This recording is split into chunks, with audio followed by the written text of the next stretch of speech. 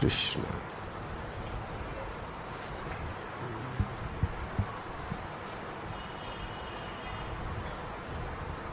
We sincerely welcome all the assembled devotees to Sri Radha Gopinath's weekly Sankirtan festival.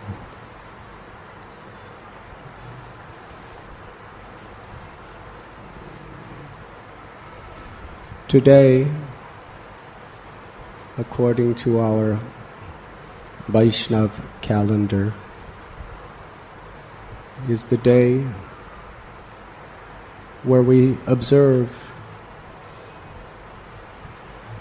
the disappearance of one of Lord Chaitanya Mahaprabhu's very intimate, merciful associates. A very prominent branch on the tree of Lord Chaitanya Mahaprabhu's Parishads, Srila Narahari Sarkar. With your kind permission, I would like to make a small attempt to speak something on this subject today. Because great acharyas not only have pastimes that are very pleasing to the heart, but through their actions they teach the world the path of highest perfection.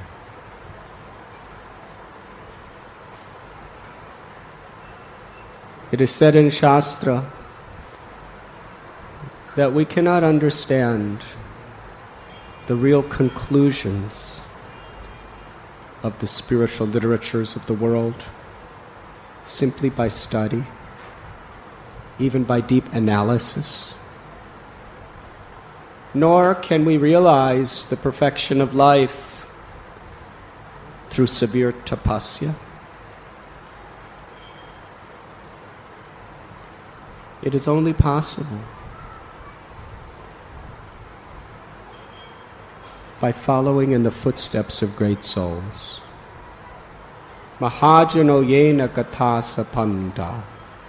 The path of perfection is to follow the example of those great perfected personalities who have so mercifully lived only for our benefit in the loving service of the Lord. Lord Sri Chaitanya Mahaprabhu is Krishna, with the effulgence, complexion, and the loving sentiments of Sri Radha, his pleasure potency. Just as when Lord Krishna appeared in this world at the dusk of the Dwapara Yuga, he manifested his supreme abode, Sri Gokul, and also brought with him his eternal loving associates. When Lord Chaitanya Mahaprabhu appeared, before that time, he manifested the eternal spiritual abode of Navadvip, which is none different than Sri Vrindavan Dham in this world.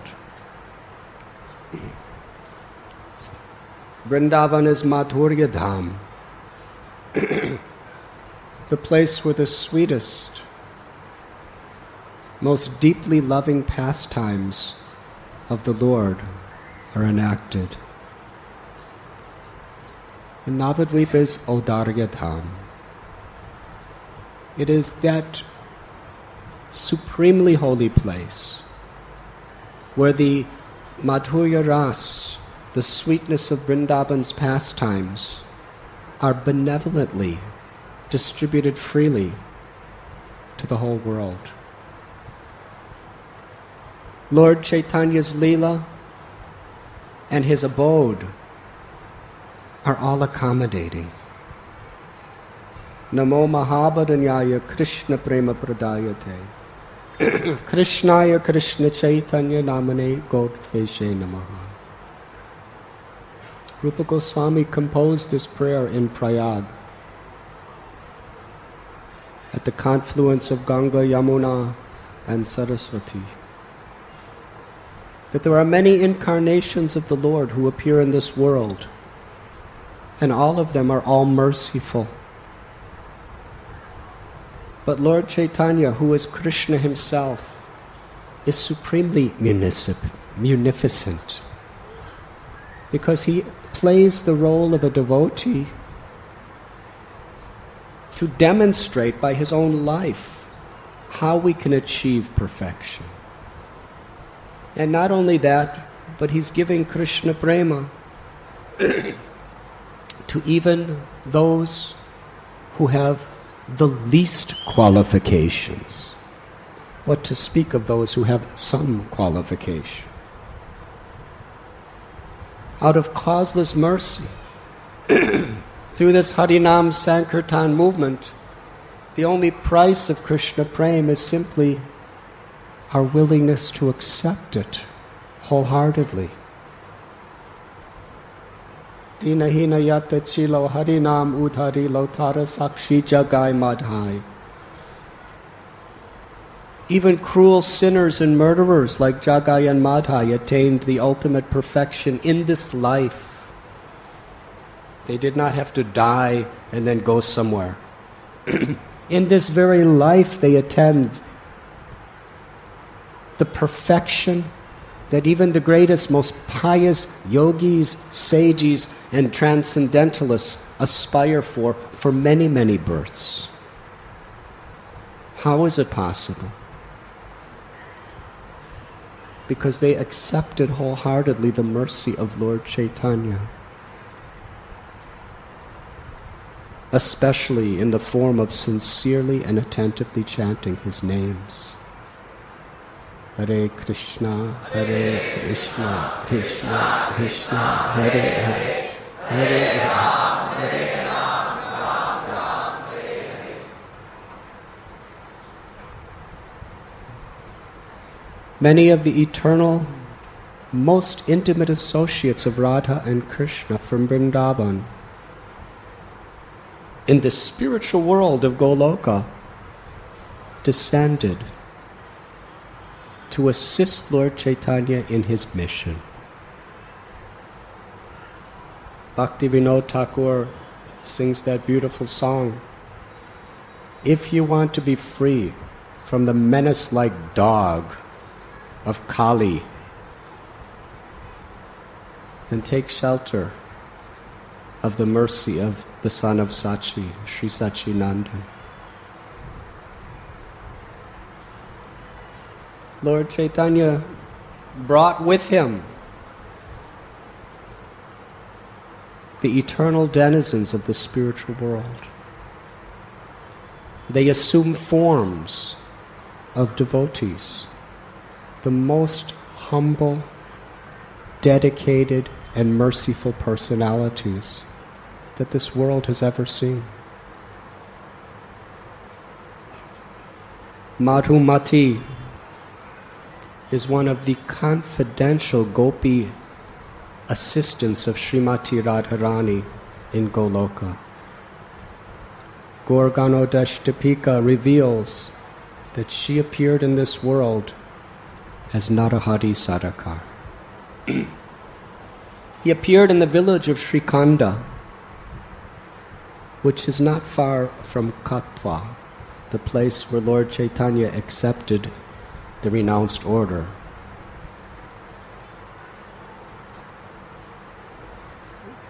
He took birth in a family of great physicians. His father's name was Sri Narayan. His mother was Sri Goyi. Sri Narayan had 3 sons. The eldest was named Mukunda Sarkar. And then there was Madhava and Narahari. An amazing family. Mukunda had a son named Raghunandan Thakur. When Sri Narayan died, Mukunda, the eldest son, took charge of the family. He was a great physician, Mukunda. In fact, he was so accomplished in his occupational field of Ayurvedic medicine that the king of Bengal, the Nawab Hussain Shah, even accepted him as a family physician, and other such very, very powerful and influential personalities. We know the story of how once one of the kings of Bengal requested Mukunda Sarkar to give him a diagnosis. He was then sitting on a raised platform with many assistants and servants. And as he was speaking to Mukunda about medical problems, someone came with a fan made out of peacock feathers to shade the king from the sun. As soon as Mukunda saw a peacock feather, he remembered Krishna. That remembrance invoked such love in his heart that he fell unconscious, weeping and crying, and rolled right off the raised platform way, way down onto the ground. And all the king and everybody assembled was very much worried whether he could survive such a fall. So even the king got off of his throne and ran down onto the platform, down to the ground. He said, "What happened? What happened?" Mukunda, very humble, he said, "I have a disease, something like epilepsy, and sometimes this happens to me." But his heart was so pure that just by the association with Mukunda, the king could understand what love of God was.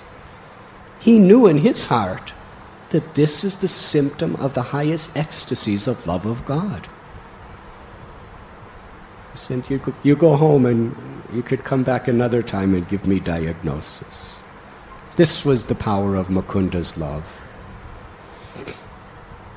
So he sent his younger brother to Navadvip to study the scriptures.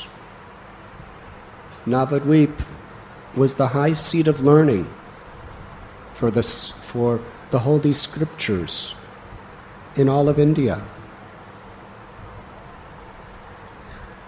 In fact, Nisikant Sanyal, in his book Sri Krishna Chaitanya, he describes Navadvip in terms of the 1930s in India.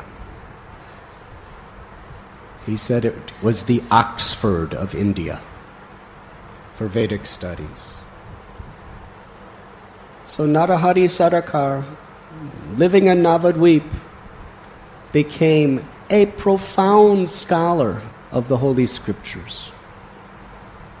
But not only that, he realized the essence and wrote beautiful books and poems describing the intimate rasas of the love of Vrindavan.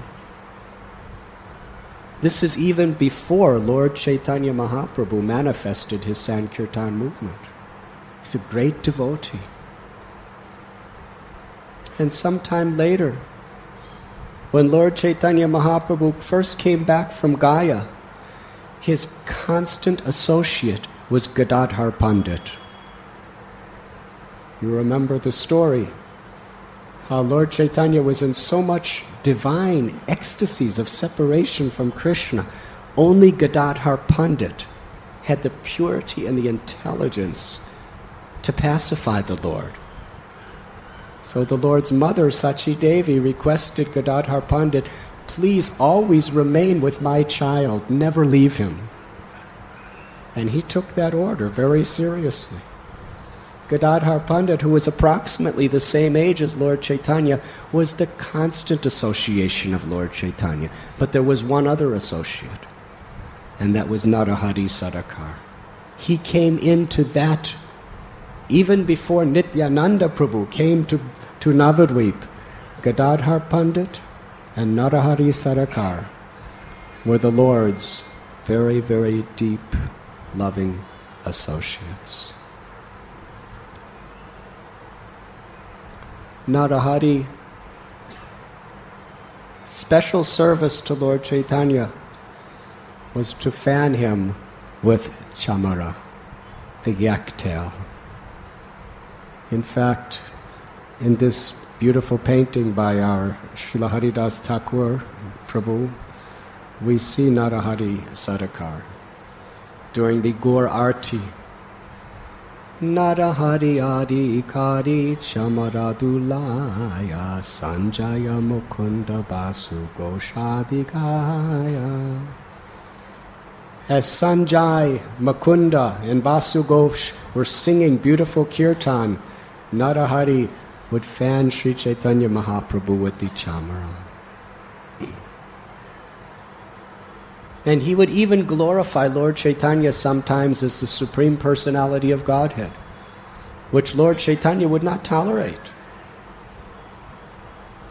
Because in this age of Kali, there is a rampant philosophy that you can become God. But Sri Chaitanya Mahaprabhu taught Achintya Beda Beda Tattva. We are simultaneously one with God and different from God. In quality, God is Satchidananda Vigraha, and as the infinitesimal part of God, we are also. The spirit soul, Jiva, is Satchidananda Vigraha. But Bhagavan, Parabrahman, is Vibhu.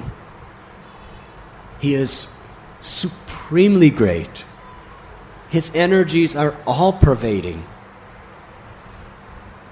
And the Jivatma is infinitesimal. Only when we understand this conception of our oneness with God and our difference from God is there a possibility for there to be the awakening of prema, or pure love, within our heart. Those who desire to enter into the Brahma Jyoti through Brahman realization of the Absolute Truth, they can transcend the modes of nature and all the sufferings of the dualities of life. But unless there is the awakening of the understanding that we are Jivera Swarupoi, Krishnara Nityadas, the eternal servants of Krishna, then real love cannot awaken within our hearts.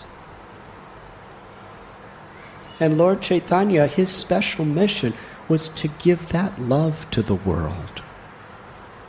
Way beyond mukti is prema bhakti. Mukti is the negation of all the negativity and sufferings of this world, and prema bhakti is the ultimate development of our spiritual identity in the positive realm of pure love. So Lord Chaitanya Mahaprabhu, he was so great. He was all attractive in every way. But if anyone called him God, he would block his ears and cry out the names of Vishnu and say, never, ever, ever compare anyone in this world, however great they are, to Bhagavan. We are always his eternal servants. In this way, he taught us the foundational basis in which love can develop from our hearts. When Lord Chaitanya spoke to Sanatana Goswami, he explained intricate details in the culmination of his talk, intimate details of the nature of pure love in the spiritual world. But he began his teachings from that foundational platform wherein all of these higher revelations can be realized. Jivera Swarupoi, Krishnera Nityadas. That every living being is eternally and constitutionally the servant of Krishna. But Narahari Sarkar's love was so pure and so sweet that even when he sang songs glorifying Lord Chaitanya as the Supreme Lord, the Lord would listen. Special relationship.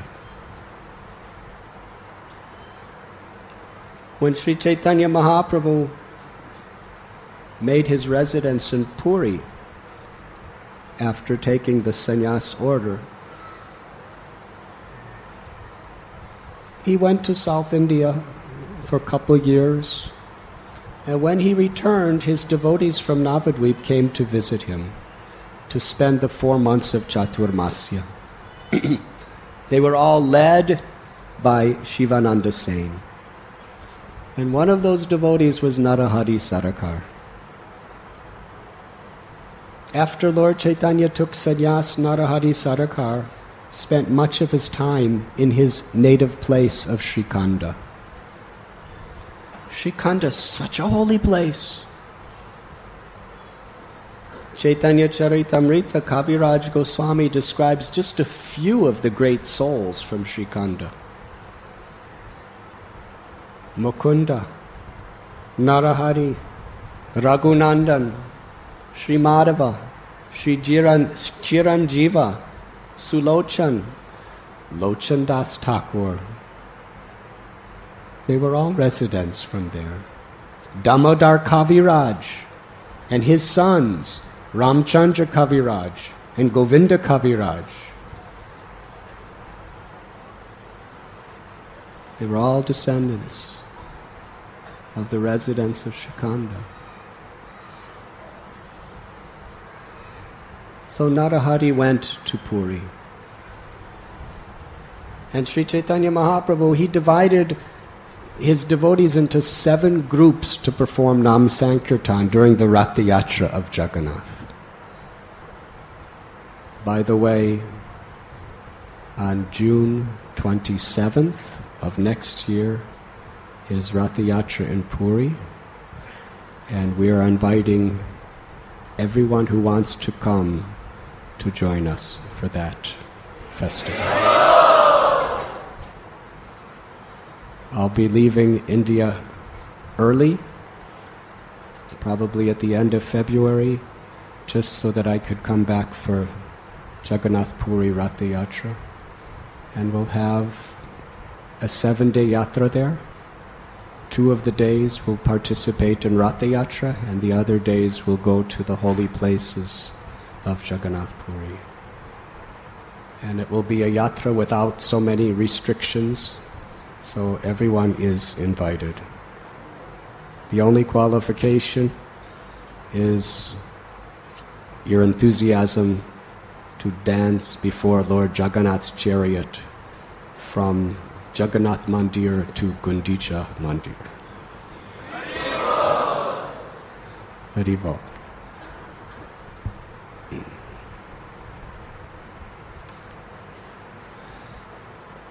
So in those 7 groups, one of the groups Lord Chaitanya Mahaprabhu personally specified was the residents of Srikanda.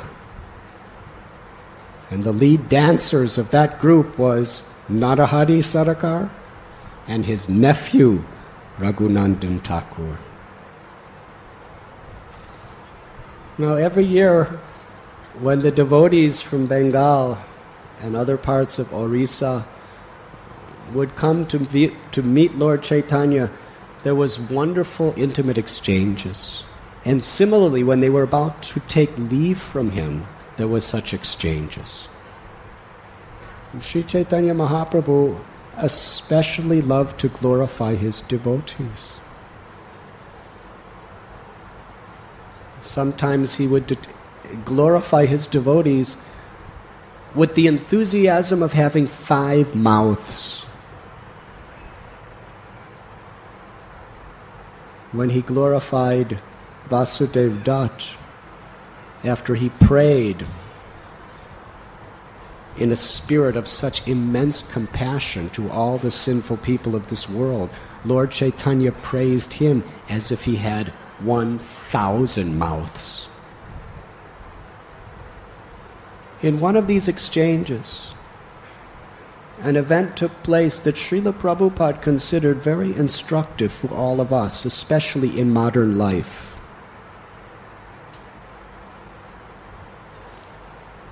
These 3 great devotees from Srikanda were together. Mukunda and his son Raghunandan and Narahari, Mukunda's younger brother. So Lord Chaitanya asked Mukunda quite an esoteric question. He said, Mukunda, is Raghunandan your son, or are you his son?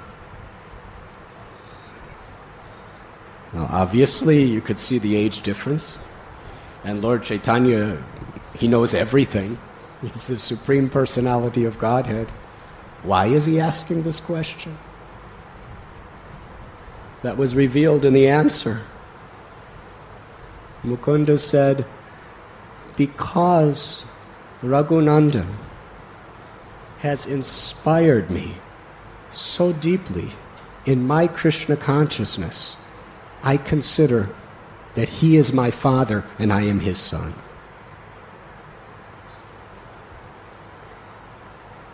Lord Chaitanya was so pleased. He said, yes, this is correct. One who inspires us in our devotional service to Lord Krishna is our father. We know that beautiful story of Raghunandan Thakur when he was just a little boy, 4 or 5 years old. His father Mukunda was called away for the day to perform some duties as a doctor. Perhaps one of the kings was inviting him. Now there was a deity at home named Gopinath, and Mukunda Sarkar every day would take the offering that his wife would cook, Rajbhog, and offer it to the deity of Gopinath. But on this day he had to leave. So he told his little son, Raghunandan, that you offer it. The little boy, he was never trained in deity worship. What does he know? He inquired from his father, what do I do? He said, you just offer it. Ask Gopinath to eat and he will eat. So Raghunandan went in with the offering and looked at Gopinath with folded hands and said, eat, eat. And Gopinath ate. Brahma Samhita declares how the Supreme Personality of Godhead, his body is transcendental. There are none of the limitations of our bodies. His body is Satchidananda Vigraha. Any part of his body could perform the function of any other part of the body. He could taste through his eyes. He could hear through his fingers. He could smell through his mouth. So when we offer bhoga to the Lord with devotion, the Lord accepts it. It is not our imagination. It is not just some belief. It is not just a Hindu tradition. It is the word of the Supreme Lord. One time, a person who was on a spiritual path that did not believe in the form of God,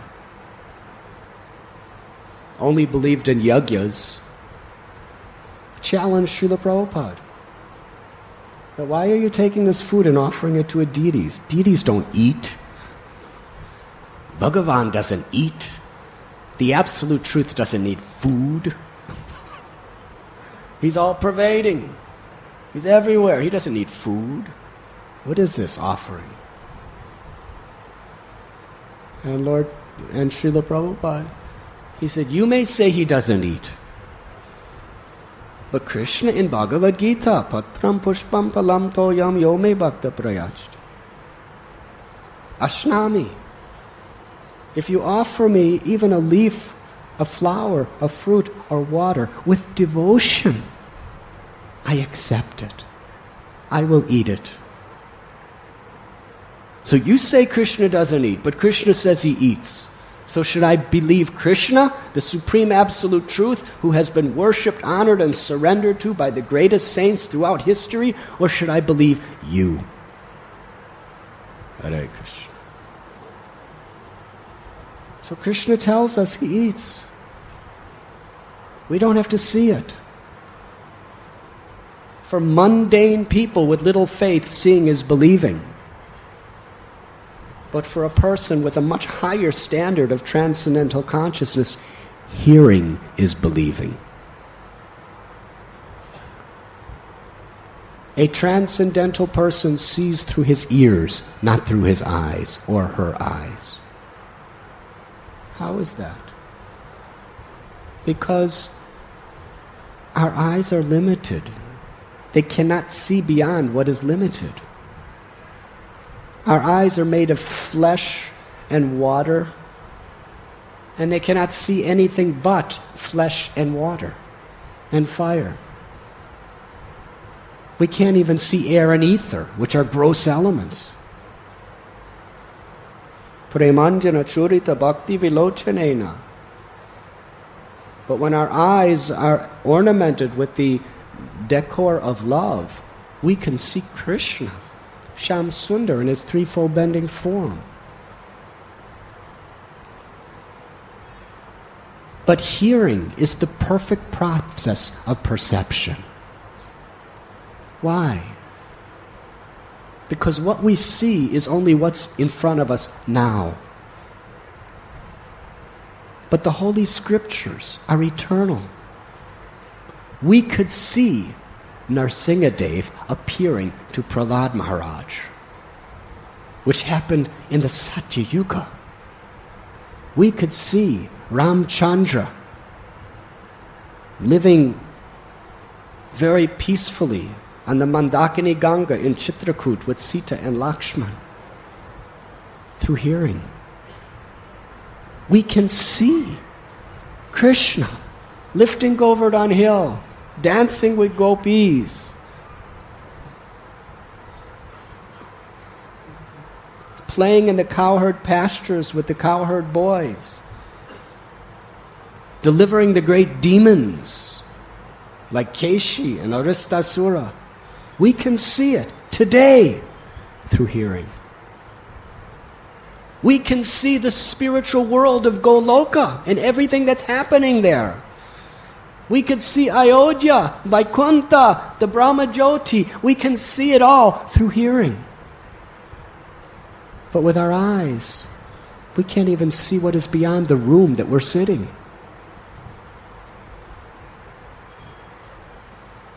Therefore, we learn to see through our ears by hearing from the Holy Scriptures, the Guru and the Sadhus, Guru, Sadhu, Shastra. Truth can only be understood through these three sources. But Krishna, He's absolute. When we offer food before Him, He simply glances upon that food. And He tastes the devotion that it has been prepared with and it is being offered with. The pujari in the temple has a very significant role. It's a high responsibility. Because when the pujari offers the bhoga, or when the pujari offers the arti, he's doing it on behalf of the entire congregation. He's doing it on behalf of everyone in the temple. So his devotion, his sincerity, and his purity is very important. Whatever we do in deity worship, we should never think that it's just me doing it. We're doing it on behalf of all the devotees. And we're doing it under the order, with the blessings of the spiritual masters in disciplic succession. Otherwise, we have absolutely no qualification. What is our qualification? The order of Guru, the blessings of the previous Acharya, and the blessings and good wishes of all the assembled devotees. Because we have those things, and we're sincere in the service of all of them, Krishna will accept our offering. And he does eat it. And it becomes empowered with his kripa as prasadam. Prasadam is very powerful. It's the mercy of the Lord. The Lord tastes it and leaves his mercy within that food. It's actually an amazing process that takes place. It's a process so subtle and so divine that it could only be understood through faith. Because faith is the only power that can see beyond the limitations of this world of misery. If you don't have faith in the divine, then all you have in life is the temporary sources of misery. There's nothing beyond death.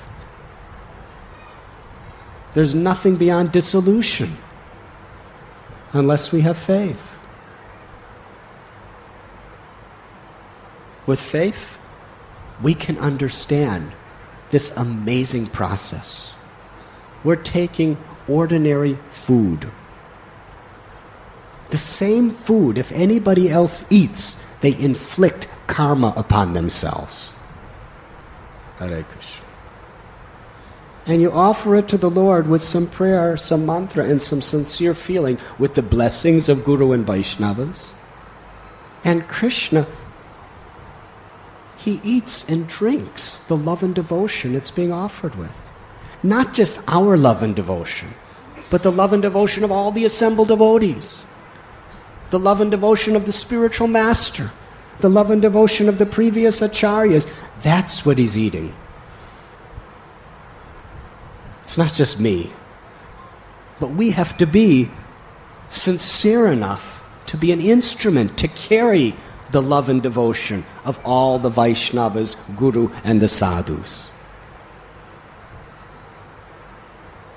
Without the blessings and permission of Guru and the Vaishnavas, Krishna will not accept our offering. Because we don't have any real devotion unless we seek their blessings.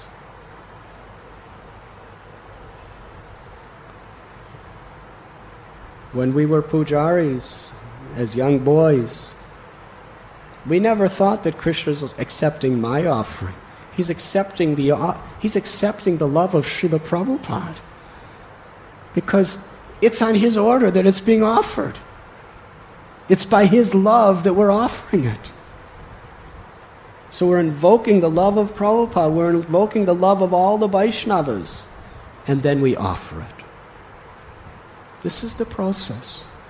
And then Krishna takes it.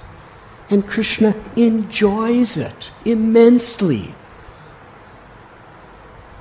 When bhoga is offered with feeling, Krishna enjoys the bhoga millions of times more than the jivatma can enjoy his prasadam. Because he has that power. Haribo. We think we're enjoying prasad, but how much Krishna's enjoying the bhoga?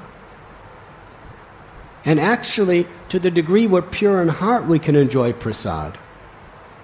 Enjoying prasad is not done simply with one's taste buds. Because Radhanath Das Goswami, what was the prasad he was taking? The spoiled, decomposed rice that was offered to Jagannath, that was not sold by the shopkeepers in several days in the heat of Jagannath Puri, and with all the humidity. That rice, which couldn't be sold because it was rotten, would be thrown near one of the gates of Jagannath's temple for the cows to eat. And though when the cows would eat, if some rice was so spoiled that even they couldn't tolerate it, they would spit it out. Did you ever see a cow spit? It's very graceful. They're not gross like us and go. They just open their mouth and it just falls out. It's very nice. Very good. And Radhanath Das Goswami at night, when no one was around to see, he would collect that. And he couldn't eat the rotten part. So he would open it up and just take the hard little inner portion of it and wash it and eat that. That's all he ate, nothing else. No chilies, no sugar, no salt. Well, a little salt he may have put on it. But how would you like a diet like that year after year? But Radhanath Das Goswami was tasting something so sweet.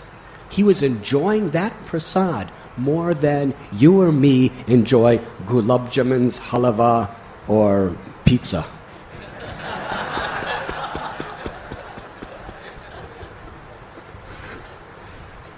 Why? Because he was tasting through faith. He was tasting through realization. He was tasting Krishna's love.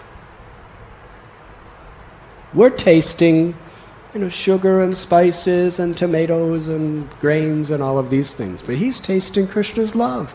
That's what prasad is about, tasting Krishna's love. Krishna's love manifests in this world in the form of kripa, or mercy. To accept Krishna's mercy is to accept Krishna's love, and his love is infinite. Such a beautiful concept. So Raghunandan offered, eat.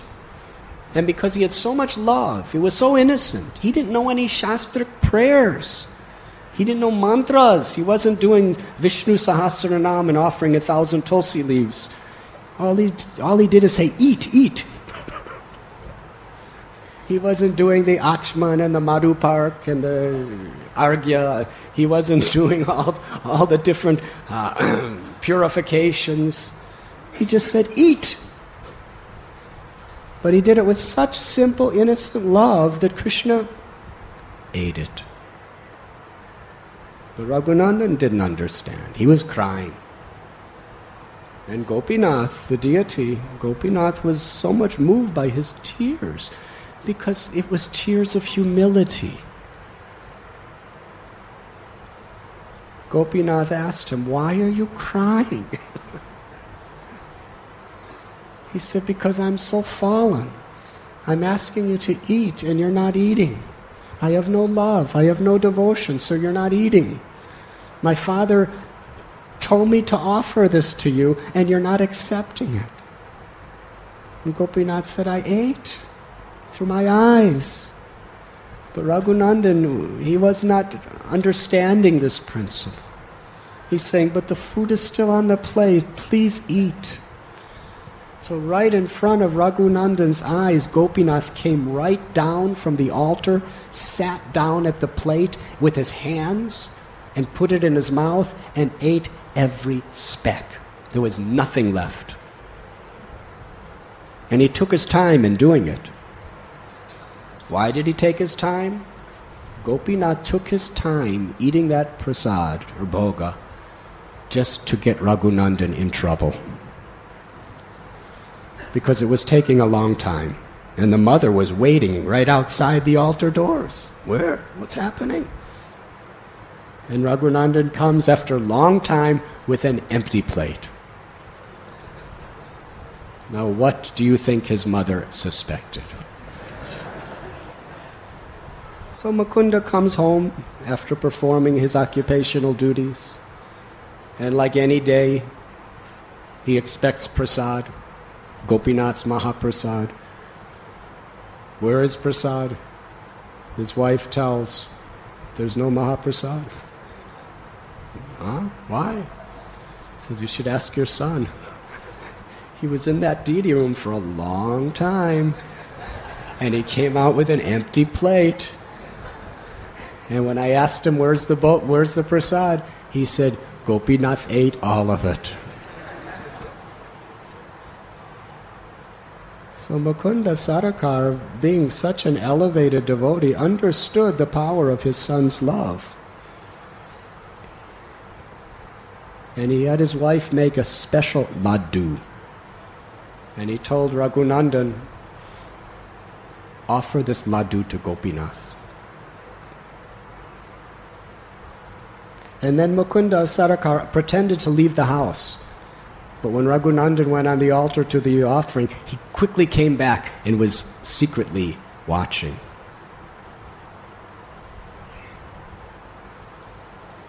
And Raghunandan said, eat, eat. And Gopinath came off the altar and picked up the laddu and put it in his mouth. And when his father saw that, he was weeping in ecstasy, saying, Haribol, Haribol. And because he wept in ecstasy and made a cry, Gopinath looked and saw the father and immediately put the laddu down and...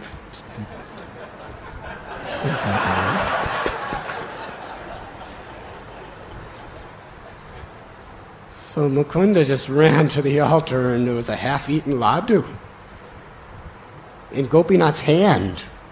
It was actually in his hand.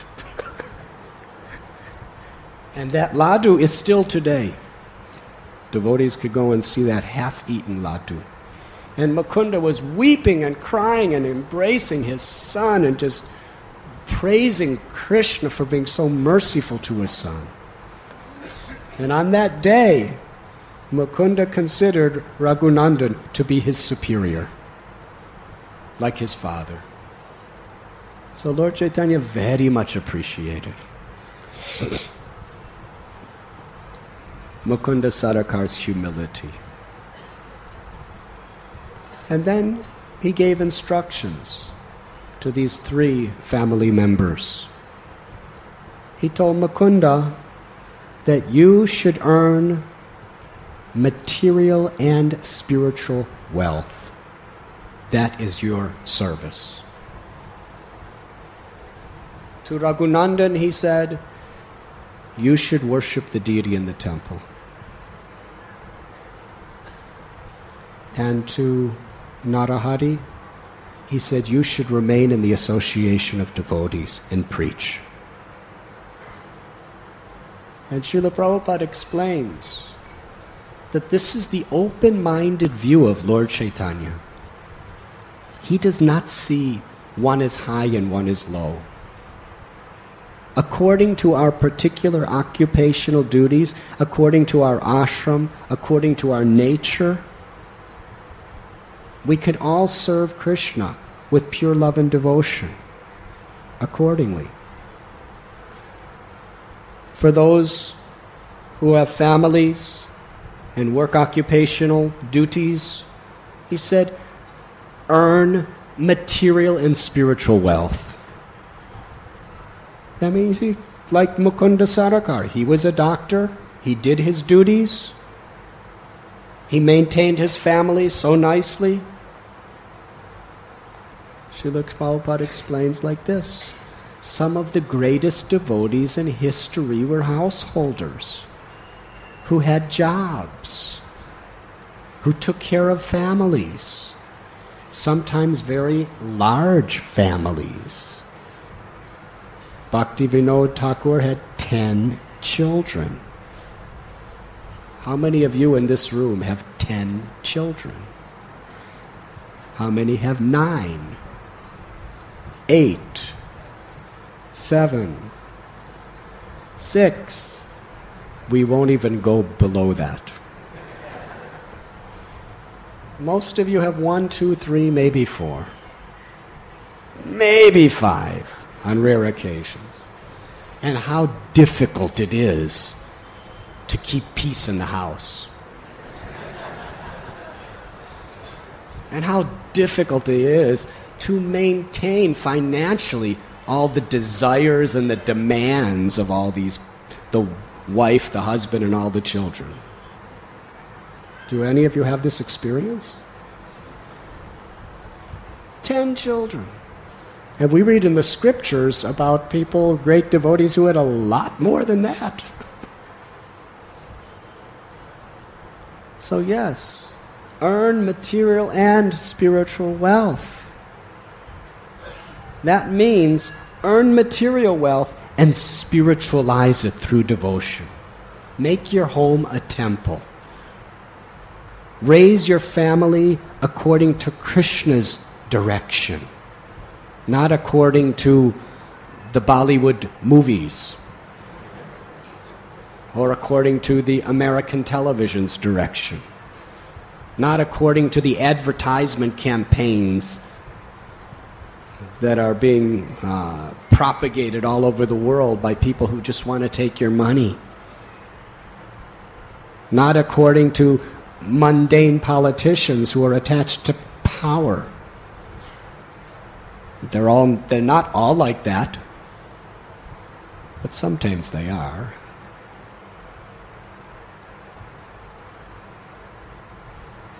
But according to this, according to God's direction, whatever money you put into your home, if it's done with proper direction, it's service to the Lord, because you have actually made your house a temple. Now, what does it mean to make your house a temple? There's the form and the spirit. There's the form and the substance. They are both to be inseparable. Form is required to cultivate the substance of spirit. Just like we have this temple of Radha Gopinath. That is the form of the Lord, the form of the altar. But we benefit. This is actually a temple, and we realize that to the extent that we honor and worship the Lord in the temple. So at home, there's a form. We set up an altar. But our house is not a temple if we set up an altar and we're eating forbidden foods, and we're fighting with each other, and we're arguing over egoistic affairs, and we're breaking regulative principles. Then our house is not a temple. Our house is just a mundane place with an altar that Krishna doesn't even like to be in. Hare Krishna. Our house is a temple when we set up the altar of the Lord and the whole family agrees. At least the parents are trying to get the whole family to agree. Sometimes due to generation gaps and everything, it takes some time. But the sincerity of the family, and the parents especially, is to live in a way that pleases Krishna. We will live by the highest moral, ethical standards. We will be kind to each other. We will care for each other, physically, emotionally, and spiritually. We will love God through energizing each other with our own love. And we will invite sadhus to bless us. And we will go to the major temples of the sadhus to become spiritually inspired. And we will want to do seva. Then our house is a temple. Then maintaining such a house is devotional service. And trying to help with our finances, with our intelligence, with our abilities, with our influences, to try to help people become Krishna conscious, which is the greatest service we could do for God, then we're earning simultaneously spiritual and material wealth. That was Mukunda Sarkar. And Raghunandan, he was told to worship the deity. He was in the temple doing puja, which is a very, very sacred activity. And Narahari was with the association of devotees preaching the glories of the Lord, doing Bhagavad Katha, Sankirtan for the public, for the Vaishnavas everywhere.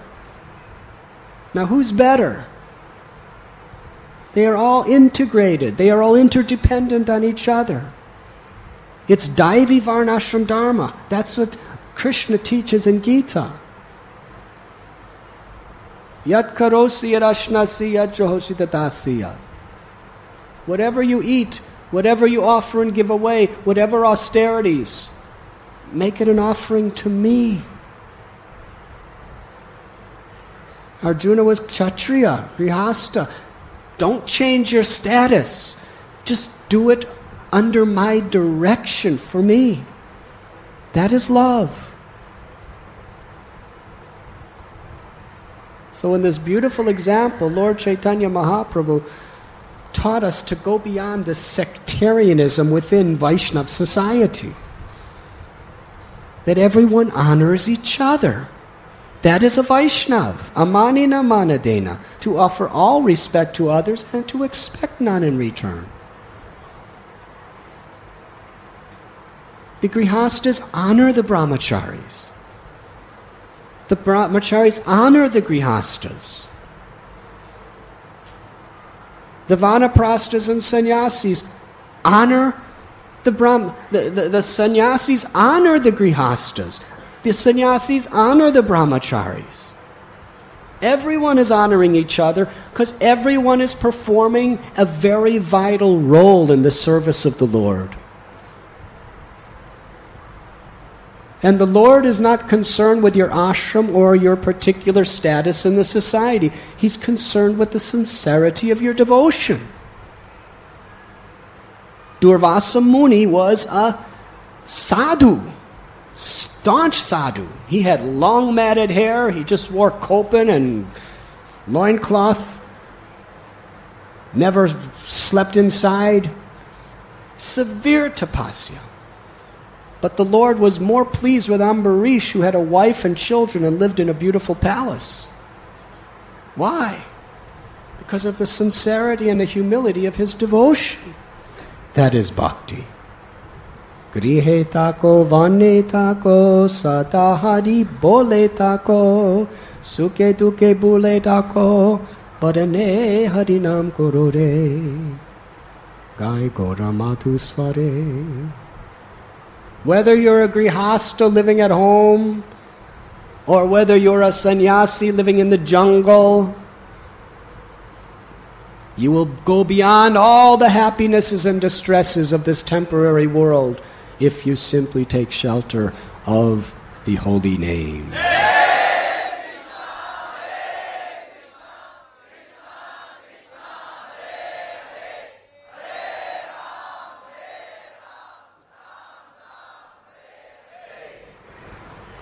But it is the conditioned state of human nature to be egoistic. My religion is best. My caste is best. My ashram is best. And we become judgmental toward others. But that is against the fundamental basis of Vaishnavism, which is amanina manadena. To be humble like the grass, tolerant like the tree, to offer respect to others and expect none in return, to see the goodness in others, to see yourself as the servant of others. So this is the wonderful lesson that Sri Chaitanya Mahaprabhu taught for all people of all time to come through this simple dialogue with the family of Mukunda Sarkar of Srikanda.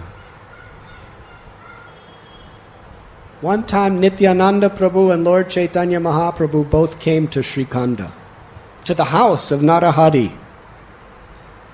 And they were performing Nam Sankirtan and having Hari Katha and just relishing each other's association. And Lord Chaitanya and Lord Nityananda requested Narahari Sarkar, please give us sweet honey to drink. And Narahari was so enthusiastic to give Lord Chaitanya honey to drink that just by his desire, a lake just outside of his house of water was transformed into a lake of honey. And even to this day, that place is called Madhu Pushkarini, the lake of honey. Over the centuries, it's become water again. But the sweetness of Narahari's devotion is still there. Now, what does this story tell us? This was his enthusiasm to please the Lord. The Lord Nityananda Prabhu, Chaitanya Mahaprabhu, give us a little honey. So he had such enthusiasm that by his desire he created an entire lake filled with honey. This is the sign of a serious devotee. An ordinary devotee wants to just do what the Lord says, usually minimal. Yes? The Lord says chant 16 rounds. I'll do it. I'll get this 16 rounds done. Somehow or other, I'll do it. Hare Krishna, Krishna Krishna, Hare Hare, Hare Ram, Ram, Ram. Finally, finished. Last bead. Yes? Or do some cooking. I'll cook and I did it. It's finished. So we just want to get our service done. But the sign of a really sincere devotee is that devotee wants to qualitatively and quantitatively do as much as he or she possibly can for the Lord.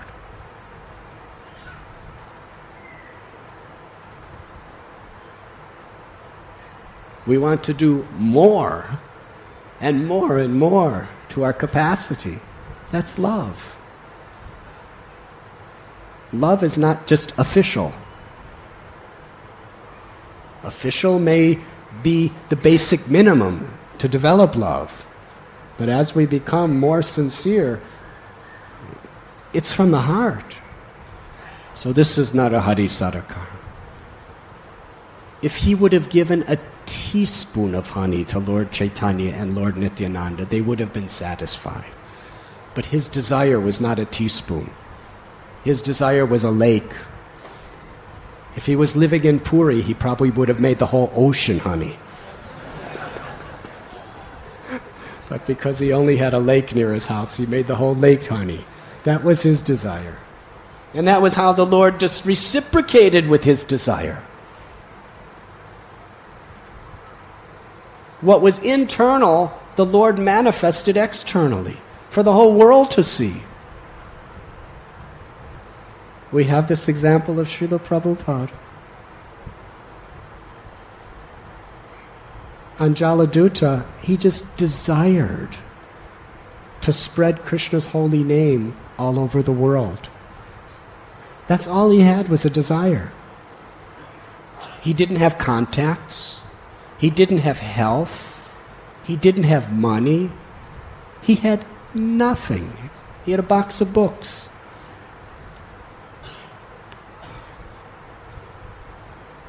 And the way books are bound in India, they're not very attractive for the material vision in America. In America, people try to sell their books by having really flashy, attractive binding and photos and pictures. In Prabhupada's Bhagavatams, there was no photos, those original ones. It was just a kind of a brick brown color with Indian paper, which in America, people don't, it's substandard. So he just had a box of these books. Of course, they were munificent. They were the ultimate. They were Srimad Bhagavatam. But you have to have spiritual vision. He had nothing. He only had a desire. And what did Krishna do? Krishna manifested his desire externally. And he's still manifesting it.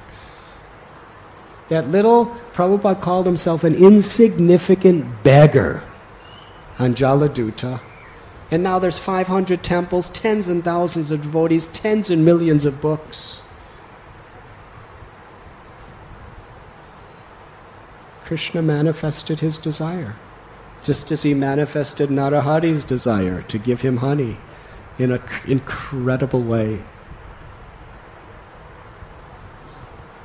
After Sri Chaitanya Mahaprabhu departed from this world, very soon, many of the associates of Lord Chaitanya were also departing. In Narahari Sarkar, he was living then in Srikhanda. He was such a merciful, empowered preacher. Who were his disciples? Raghunandan Thakur was his initiated disciple. Lochan Das Thakur was his initiated disciple. We are speaking about that great personality who wrote Sri Chaitanya Mangal, one of the greatest of the biographies of Lord Chaitanya Mahaprabhu, worshipped by the Vaishnavas. He was the obedient servant of Narahari Sarkar.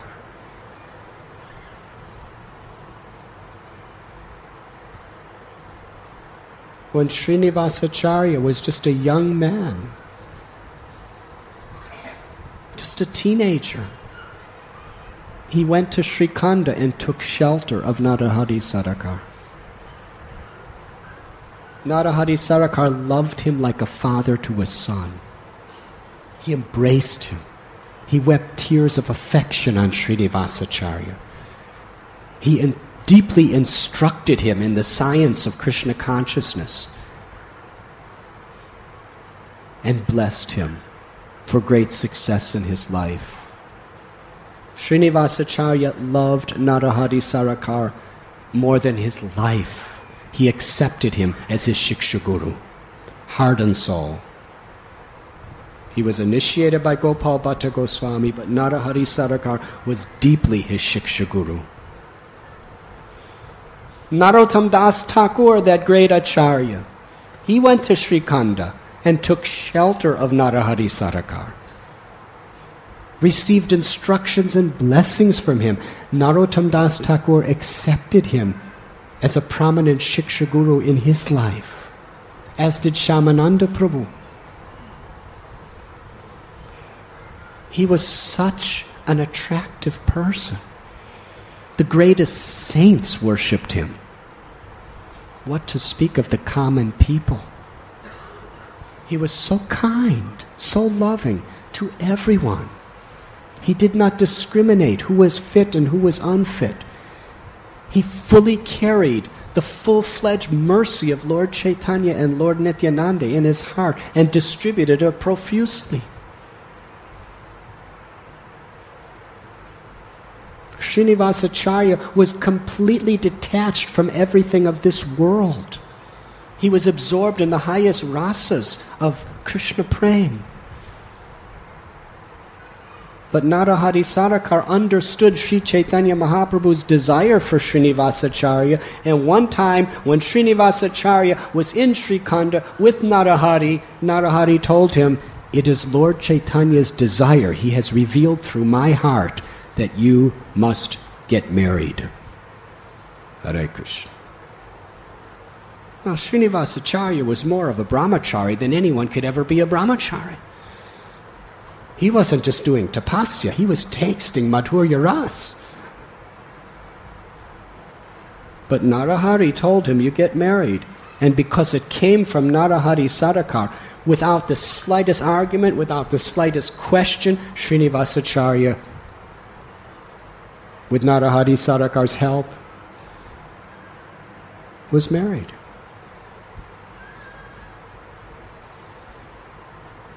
This was the stature of this great soul.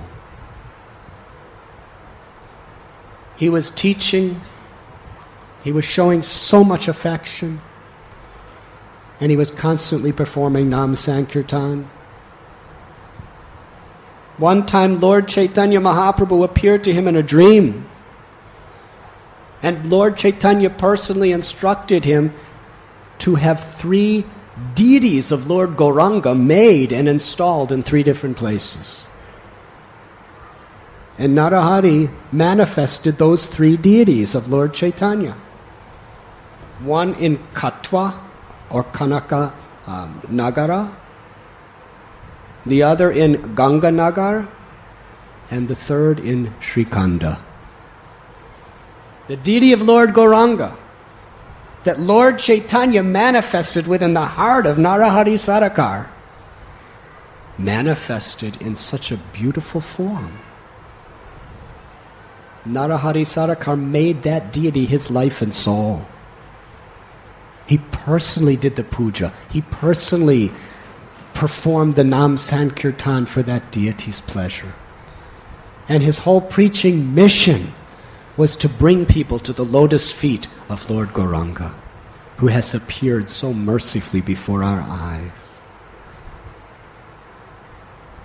And that deity became so attractive to the hearts of Vaishnavas in all directions because he was worshipped by the love of Narahari Sarkar in Srikanda.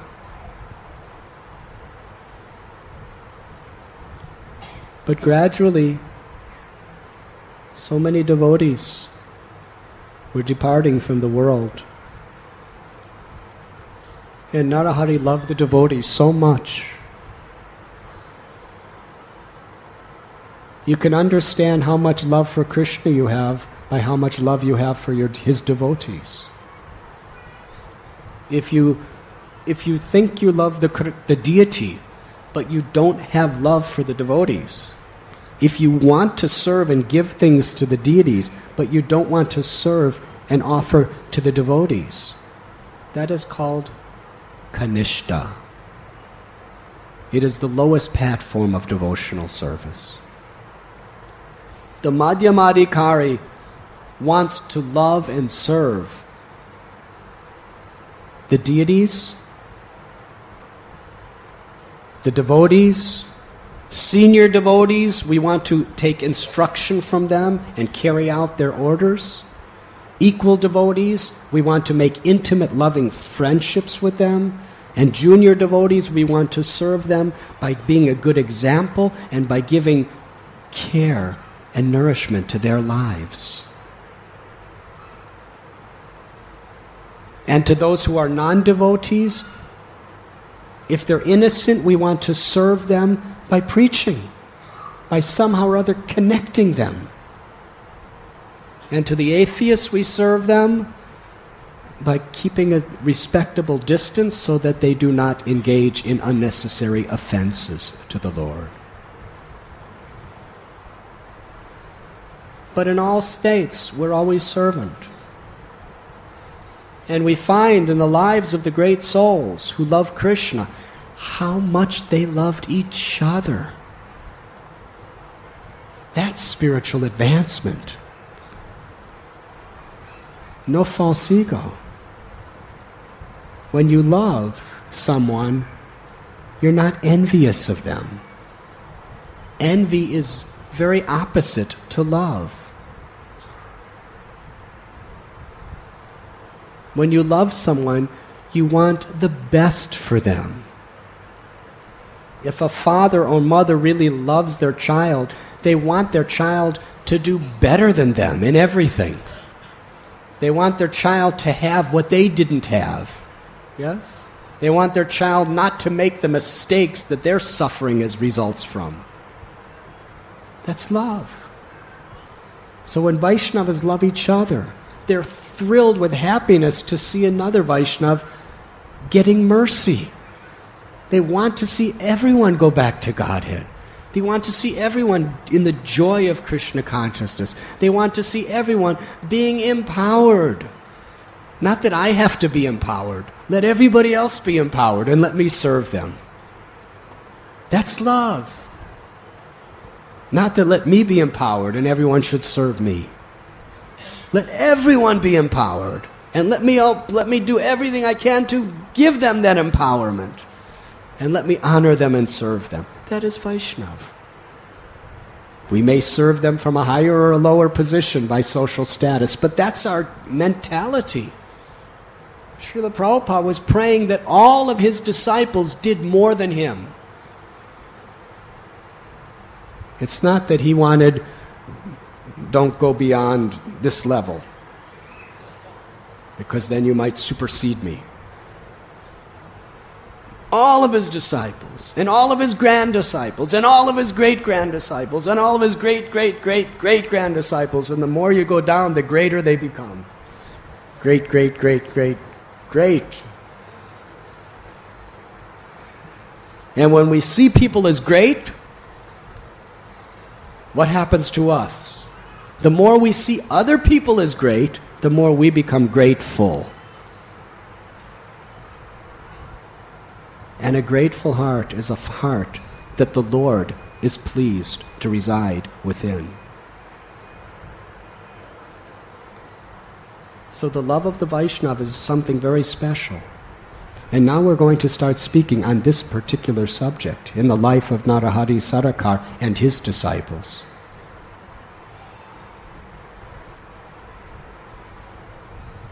In Katwa, worshipping one of the deities that was brought by Narahari was Gadadhar Das. Now there's 3 villages and towns that are quite close to each other. There is Katwa, Kantaka Nagar, Jajigram, which is the birthplace of Srinivasacharya and where he resided, and Srikanda. Gadadhar Das, according to Chaitanya Charitamrita, Gaur Ganodesh Dipika, was the incarnation of Srimati Radharani's effulgence. He was all-merciful. He was one of the most empowered, prominent preachers of Krishna consciousness. One of the intimate associates of Lord Chaitanya. When Nityananda Prabhu was sent from Puri to Bengal to preach there, he gave him 2 of his closest, most loving devotees, Abhiram Thakur and Gadadhar Das. We know the stories of Gadadhar Das. He was so absorbed, he even transcendentally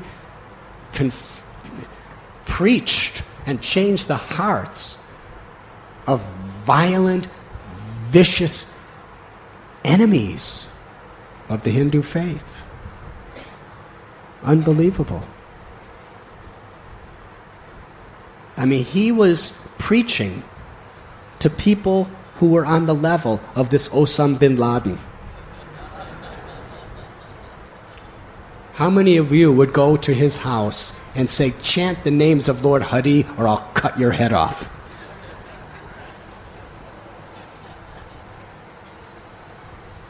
That's what Gadadhar Das did to a Qazi who was a hateful terrorist.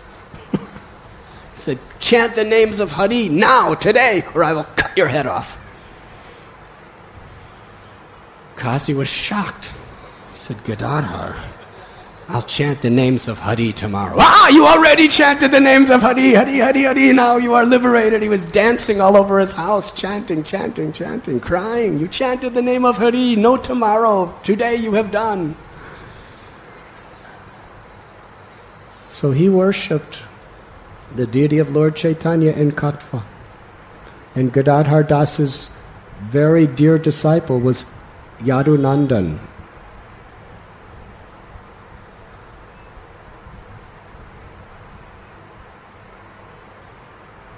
Srinivasacharya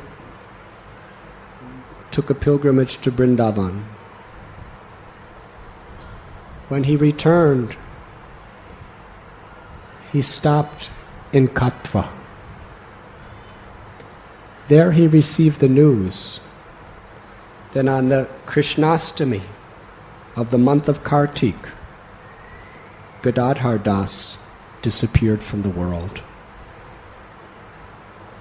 Because of his love for the devotees, when he heard of different great souls in Vrindavan and Jagannath Puri and Bengal who were leaving this world, Gadadhar Das just went to a secluded place and just in the ecstasy of love and separation just chanted the holy name and gave up his life. Srinivasacharya was shocked. And then he went to Srikhanda after a short visit to Jajigram. And there he met Raghunandan Thakur. And Raghunandan Thakur told him what had just happened in Srikhanda. Narahari Sarkar was hearing so much news about different devotees departing from this world. And when he heard that Gadadhar Das just went to a secluded place, practically stopped eating and sleeping, just chanting the holy names of Krishna, gave up his life.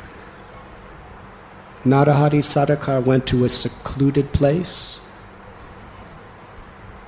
and in the highest ecstasies of spiritual love, he chanted the holy names.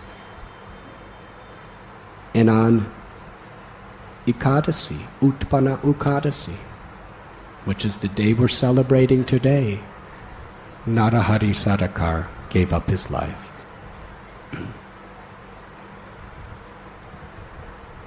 He spent days and days and days just crying in love, in separation from the Lord and his devotees, and then gave up his life in his old age.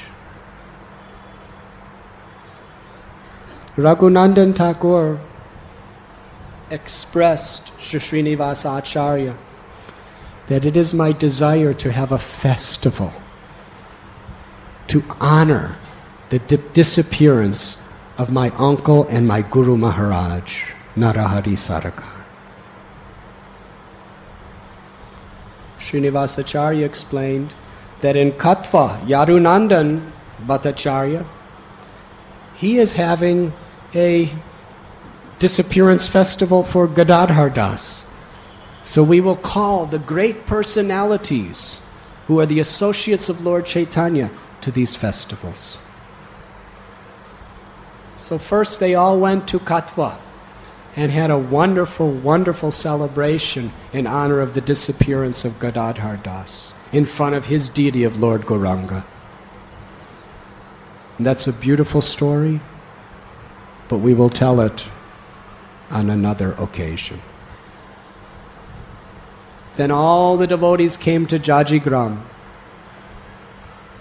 And meanwhile the Mahants were assembling. When we speak about Mahants, we are speaking in this regard. According to Narahari Chakravarti, the author of Bhakti Ratnakar, the Mahants in this sense means the personal associates of Lord Chaitanya. They assembled as well. And they all traveled to Srikhanda. The simple villagers of Srikhanda greeted them, greeted all the Vaishnavas who came. Not only the great saints, but all the Vaishnavas. They greeted them with such love, with such enthusiasm, such beautiful hospitality. This is Vaishnav culture. Many of you were at our first visit to Srikhanda. some years ago. We arrived at night. It was dark. Yes? And when we arrived, actually, no, I think we arrived in the daytime. We left at night. But when we arrived, there were hundreds and hundreds of villagers. There was not a road leading into their village. It was just an earthen path that was connected to a road. We had to park our buses some distance away, and to get to Srikhanda, we had to walk along an earthen path. And on both sides of the earthen path were lined hundreds of the Srikhndavasis. And they were all offering artis and putting scented water on the dust of the road so it would smell nice and so the dust would not come on our faces. They were offering artis. They were walking next to all the devotees with chamaras. They were offering obeisances. They were showering us with flower petals. As many devotees as they could, they were offering garlands. They didn't even know who we are. The only thing they knew is we were performing Nam Sankirtan. That's all.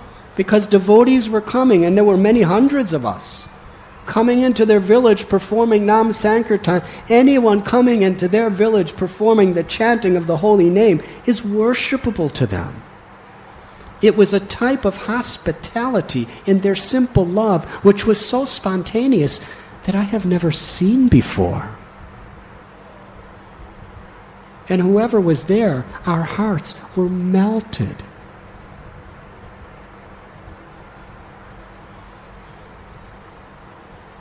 These are the descendants of those personalities who greeted the Vaishnavas, headed by Srinivasacharya. Yes, all the villagers of Srikhanda just melted the hearts of all the devotees with their loving reception. Then Raghunandan Thakur arranged residential places for the Vaishnavas. And then he went with his own disciples and servants and associates personally to decorate the temple and decorate the deity in the most wonderful possible way.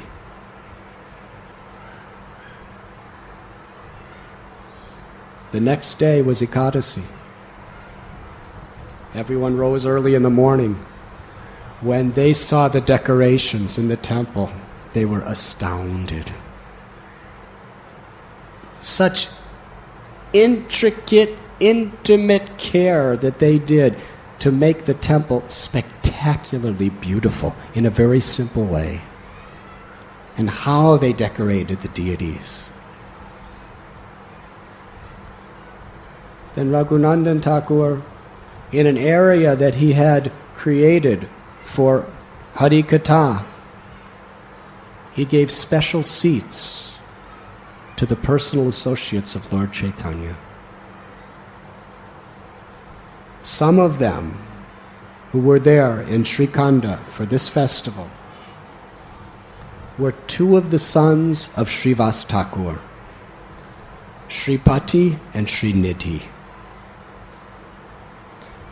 Two of the sons of Advaitacharya, Krishna Mishra and Sri Gopal, and Nityananda Nandana, the one son of Sri Nityananda Prabhu, Birabhadra. Birabhadra is the incarnation of Kshirodakshayi Vishnu, from whom all incarnations are manifested into this universe. He is also known as Birabhadra, Birchandra. Prominent branch of Nityananda Prabhu.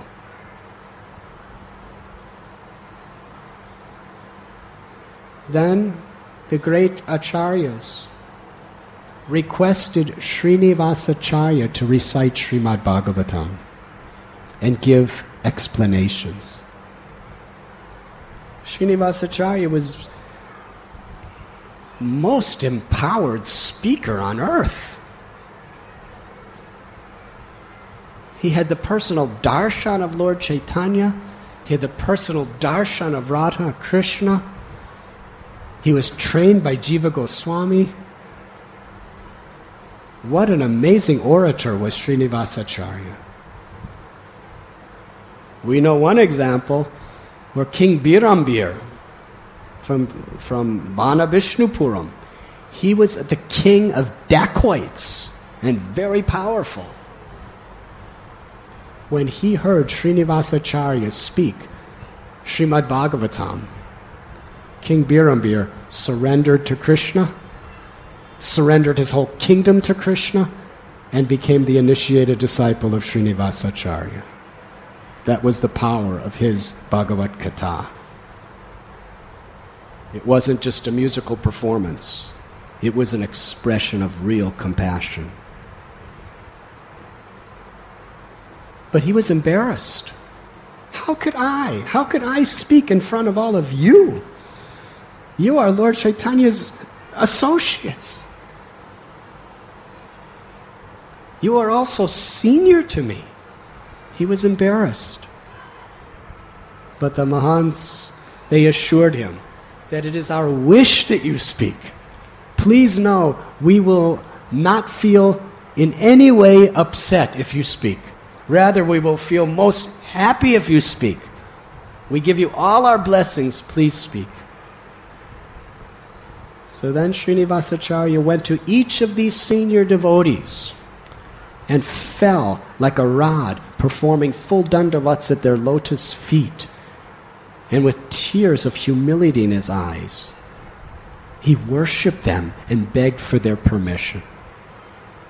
Only then did he feel he had any qualification to speak. Even though by material calculations, there was nobody who knew the Bhagavatam better than him in the world. But by spiritual qualifications, he was Trinadapi Sunichena. He was humble like a blade of grass.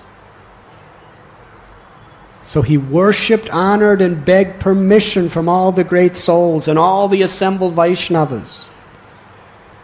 Then he worshipped Srimad Bhagavatam with tulsi leaves, flowers, and sandalwood paste, chandan. Then he began his narration. And what a narration it was. His voice was sweet like a cuckoo. And his emotions, his sentiments, his convictions were so deep. They came from the intimate love of his soul. And his knowledge was profound. As he spoke, everyone in the audience, there were hundreds and hundreds of devotees, and all kinds of villagers were coming from all directions. Some of them were atheists. But everyone was mesmerized by Srinivasacharya's Bhagavad Gita. Some of the great saints, they were discussing amongst each other, what kind of Gita is this? Someone said, the spirit of Sukadev Goswami has directly entered into the heart of Srinivasacharya. And another said that Sri Vedavyas has empowered Srinivasacharya to understand all the most intimate philosophical details of the Srimad Bhagavatam. And another person said, Srinivasacharya, when he was a young man, he personally studied Srimad Bhagavatam from Gadadhar Pandit at the Tota Gopinath temple in Puri. Today we see that Gadadhar Pandit's mercy, his costless, unlimited mercy, is filling the heart of Srinivas. And another person said, the rhythm and sweetness in which he chants, Srivas Thakur has empowered him with his mercy. And another one of the acharyas said, from my understanding of seeing this Katha, Lord Sri Chaitanya Mahaprabhu has personally entered into the heart of Srinivasacharya, and it is the Lord Gauranga who is speaking through him Srimad Bhagavatam. They were rejoicing. No one was envious. No one was falling asleep. Everyone was rejoicing. He didn't even have a microphone or a sound system. Everyone was in rapt attention. This was his love. And night came. He spoke from the Brahma Muhurta time all the way till night. And nobody considered any time had elapsed.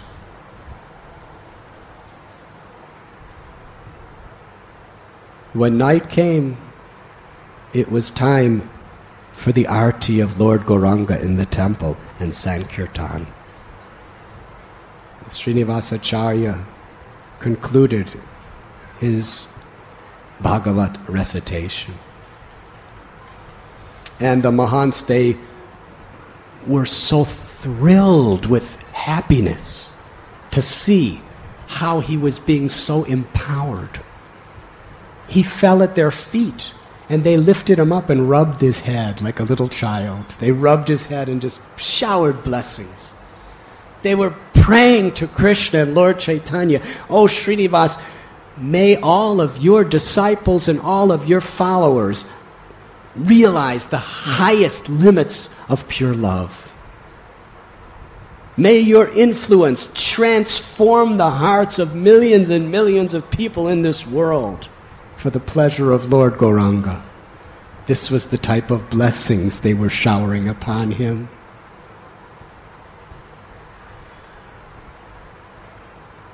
Raghunandan Thakur went to the temple to make sure all the decorations and all the arrangements were just perfect as possible.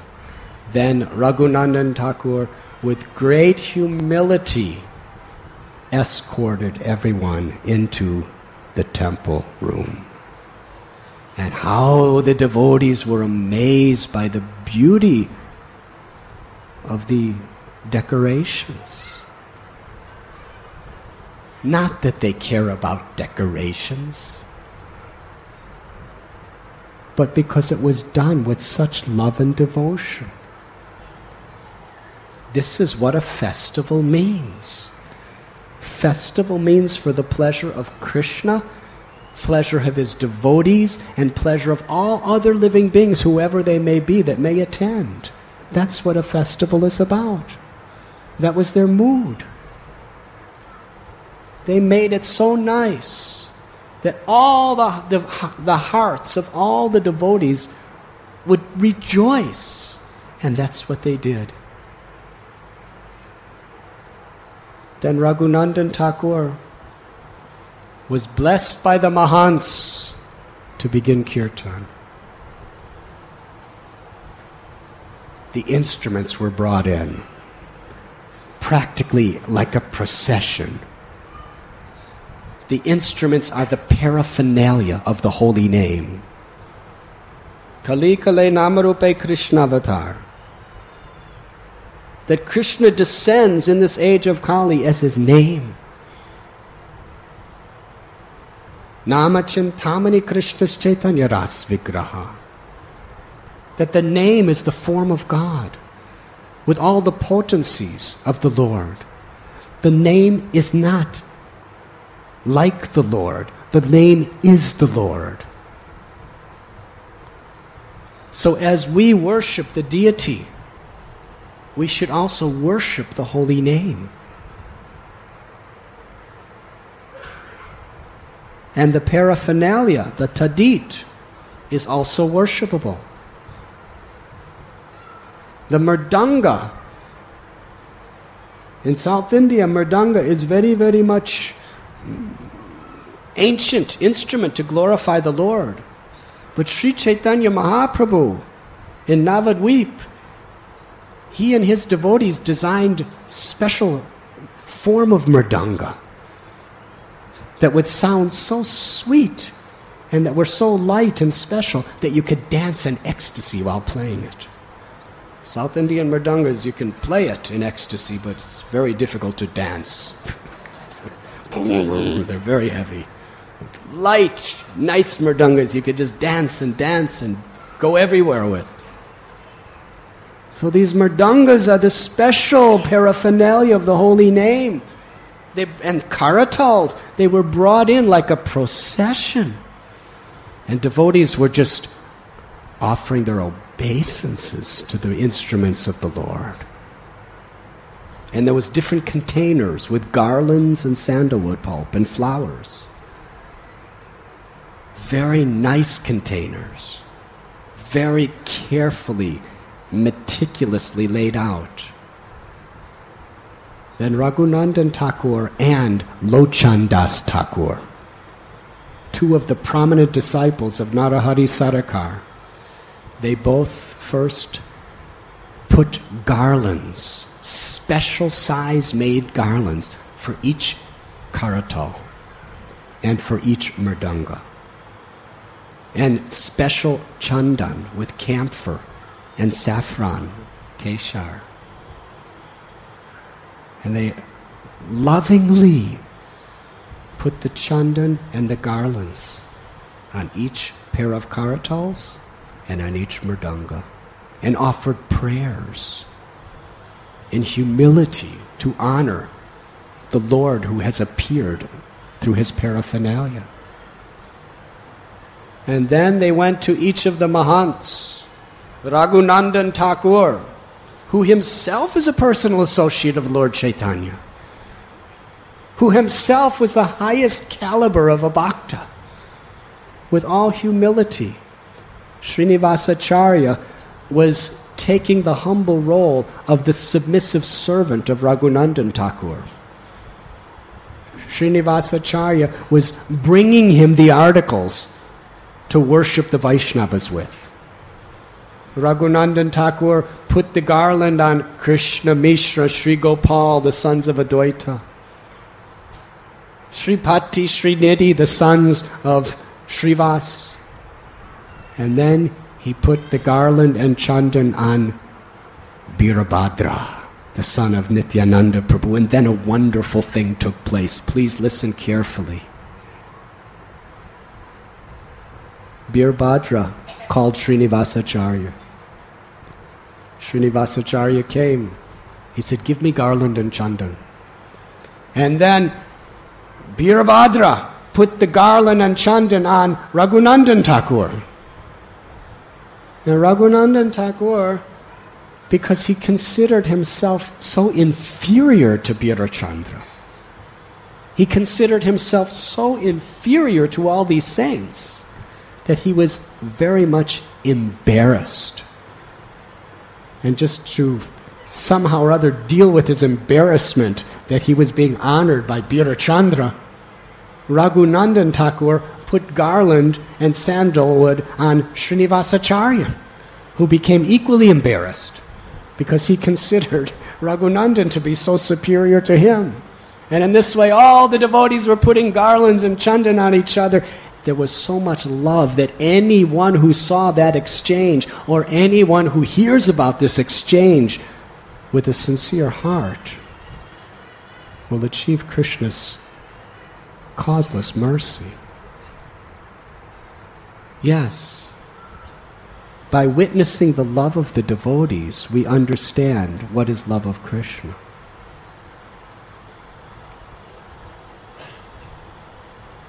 And then with the blessings of the great souls, Sankirtan began. Not only everyone of Srikhanda was there, but hundreds, thousands of people from other villages, they came. Some came out of devotion, many came out of curiosity. What's going on? But it didn't matter. They all received the same benefit. The devotees were chanting. It is described that the kirtan was so sweet. The modulations of the voices were so devotional. The rhythms of the instruments was so harmonizing with the holy names. Everyone was intoxicated. And all of a sudden, These elder people who were the associates of Lord Chaitanya, some of them were very old people. They became utterly mad dancing. People went wild. The kirtan was going mad with these devotees dancing. There was Sripati, Srinidhi, Krishna Mishra, Gopal dancing, dancing, dancing. They were old men. And then Birachandra danced. The beauty of his dance was so enchanting to the heart that people were simply thrilled. They couldn't take their eyes off him. Anyone who saw the dance of Birachandra completely forgot that they were in the material world and all of its miseries. The kirtan elevated to an ecstatic level when Birachandra danced. People were going wild. People were going mad. There was one blind man in the audience. He was just somewhere near the back. And he asked somewhere else. The man was blind from birth. He had never seen the light of the day. He asked someone, "Who is dancing? Who is dancing? I feel something very, very powerful happening in my heart. Who is it that's dancing?" They said, "It is Birabhadra." As soon as the name Birabhadra came into his ears, it conquered his heart. And the man started crying, lamenting, "Why am I so unfortunate that I'm blind and I cannot see Birachandra's dance of love for Lord Gauranga?" He never cried for vision before in his life. He was weeping, crying, praying in the core of his heart, "Oh Birachandra, let me just one time see your dance." And as Birabhadra was dancing, he understood the heart of this poor soul. And Birabhadra glanced upon that blind man, giving him perfect vision. His eyes opened, and he saw Birabhadra glancing right at him, dancing in ecstatic love. That man meant madly ecstatic. He started screaming out, "Birabhadra ki jai, Gauranga Mahaprabhu ki jai." He was dancing and dancing and dancing and weeping, and his hairs were standing on end and his limbs were trembling. And when everyone in the audience, thousands and thousands of people, when they saw this happen, everyone cried out with a tremendous ovation, "Haribo!"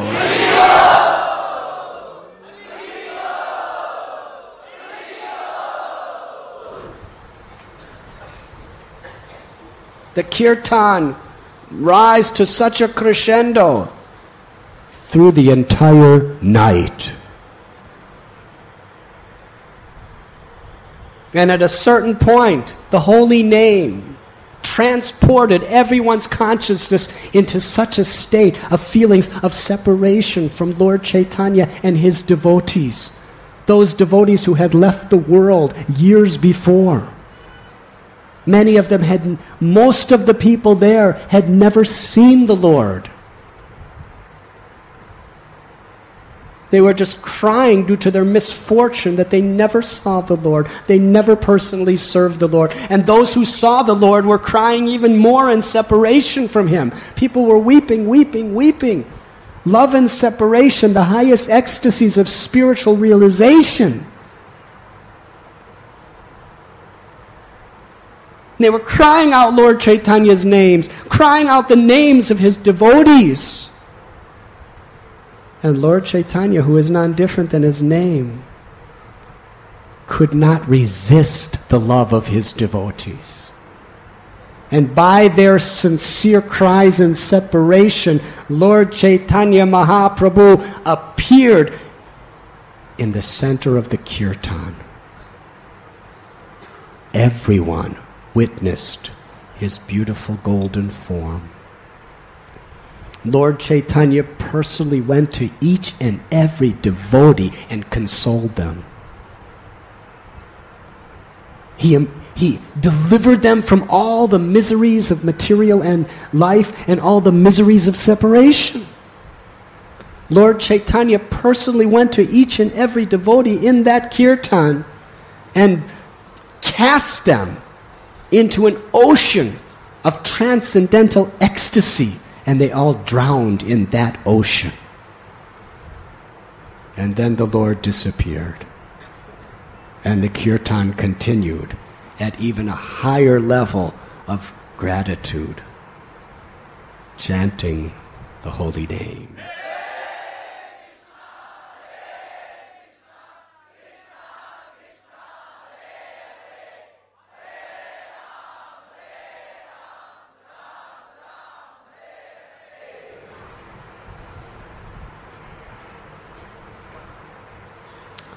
They performed their Nam Sankirtan until Mangalarti.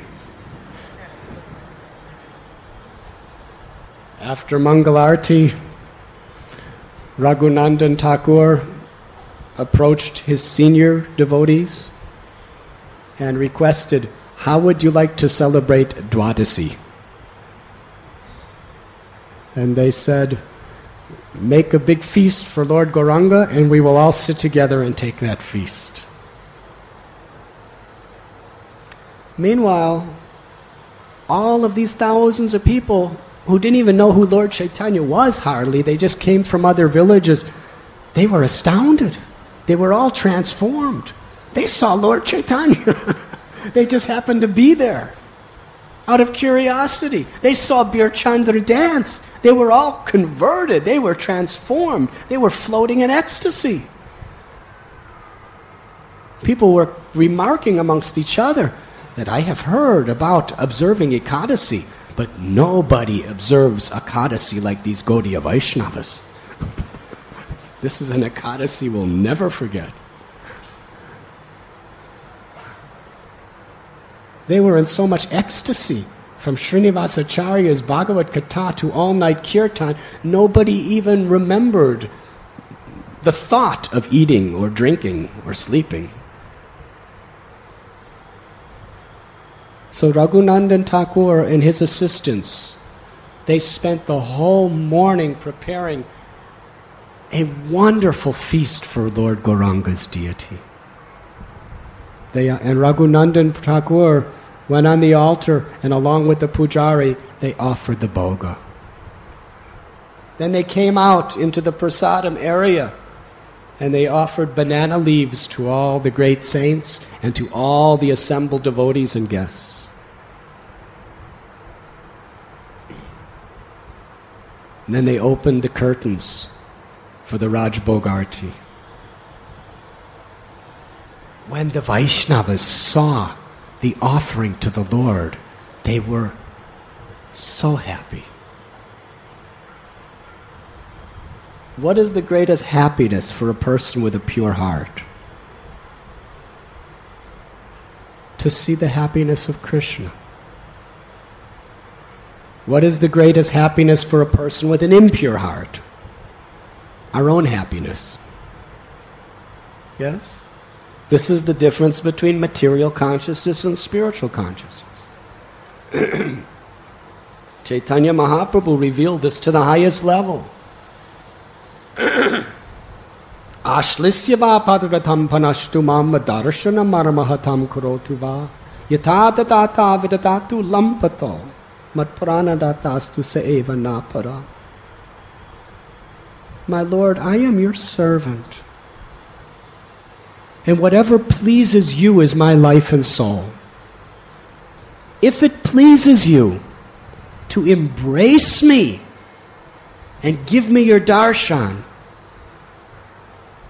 or if it pleases you to trample upon me and cause me all kinds of pains and miseries, or if it pleases you to neglect me and may not be present before me, which is the worst misery, you do whatever you like, because I am your servant unconditionally. That is real love. To the degree we recondition our false ego into pure consciousness, we can be happy. Otherwise, the pleasures of this world are sources of pain, because they're temporary, and they're limited, and they cannot satisfy the heart. They can satisfy the mind and the senses a little, but they don't touch the heart. But when we please Krishna, when we become reconditioned that what makes Krishna happy is my happiness. What makes the devotees happy is what makes Krishna happy. That is my happiness. What brings the common people of the world real spiritual happiness is what makes Krishna happy. That is my happiness. Srila Prabhupada, during Vyas Puja, he was sitting on a beautiful throne getting all kinds of worship. That didn't give him happiness. What gave him happiness? When he saw whether a person was a Brahmin or whether a person was a prostitute in a street or a drunkard or a malecha or a Vyavana, if he saw them tasting the sweetness of Krishna consciousness, that brought him happiness. That's love. Why? Because that's what brings Krishna happiness.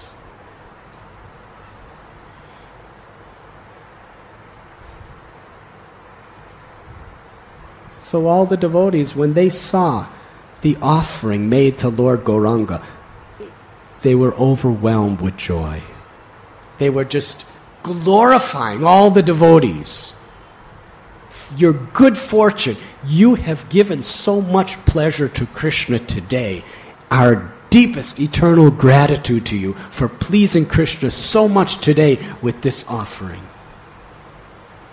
This is how sensitive a Vaishnava is. Govardhan Puja, here at the temple, so many beautiful offerings. Some of us look at it and think, I hope I get that, and I hope I get that. And others think, yeah, very nice, very nice. I'll take a photo and I'll put it in the newspaper. But actually, a devotee who really has adopted the real spirit, they're in bliss to see how Krishna has enjoyed today. That's my happiness. Krishna has been given all these offerings. The accumulated devotion of so many hundreds of people have been offered to Krishna. How Krishna has enjoyed. What can be a greater thing than this? For a devotee, greater than watching the Academy Award-winning movie, greater than seeing India win the World Cup for cricket,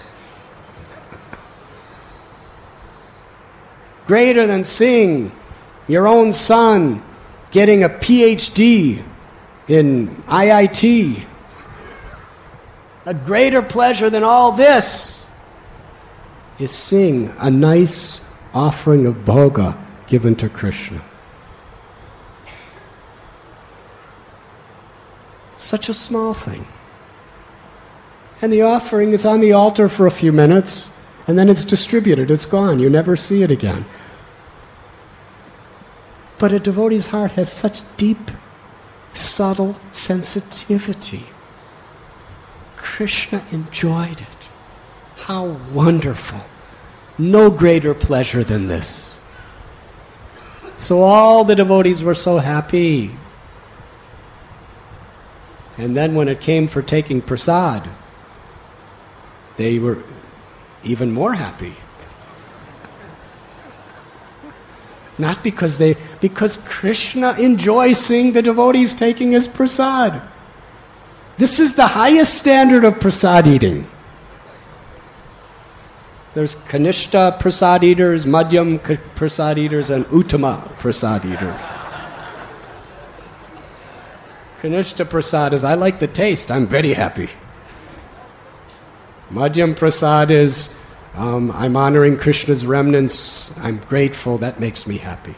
But Uttam Prasad eating is, if I enjoy this prasad, Krishna will enjoy seeing me enjoy the prasad. So I'm going to enjoy for Krishna's pleasure. Haribol. Even if it's over-salted dal.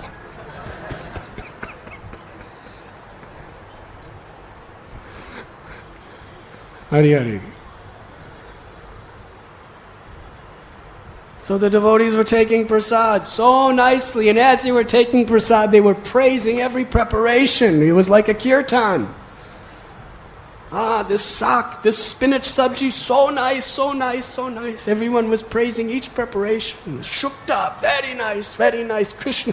They weren't saying, I'm enjoying. They were saying, Krishna enjoyed the shukta so much. Krishna enjoyed the shak so much. Krishna enjoyed this rice and ghee so nicely, very nice. Everyone was so happy.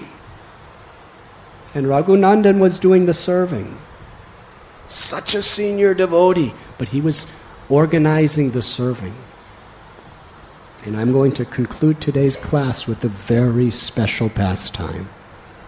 While all the Mahants and all the devotees and all the guests were honoring magnificent feast of so many preparations that was prepared with great efforts, Raghunandan, his heart and soul, was remembering his Guru Maharaj. Because today was the celebration of his disappearance. He was feeling such deep separation. He went on the altar into the Bhoga room and he took a small portion of the deity's Mahaprasad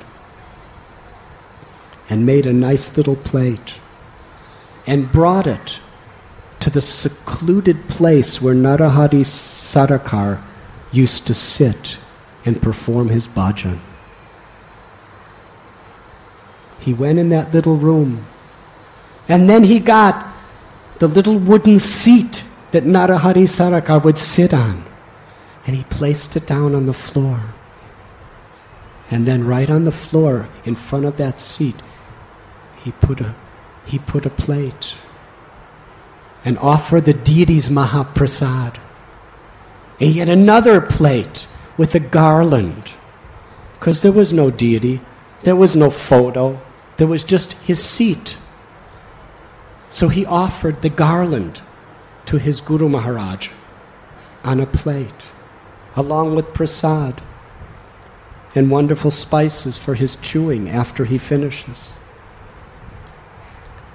Raghunandan, immersed in divine love and separation from his Guru Maharaj, because this whole festival was exclusively in honor of Narahari Sarkar. It was exclusively for his pleasure, and everyone there was conscious of that fact.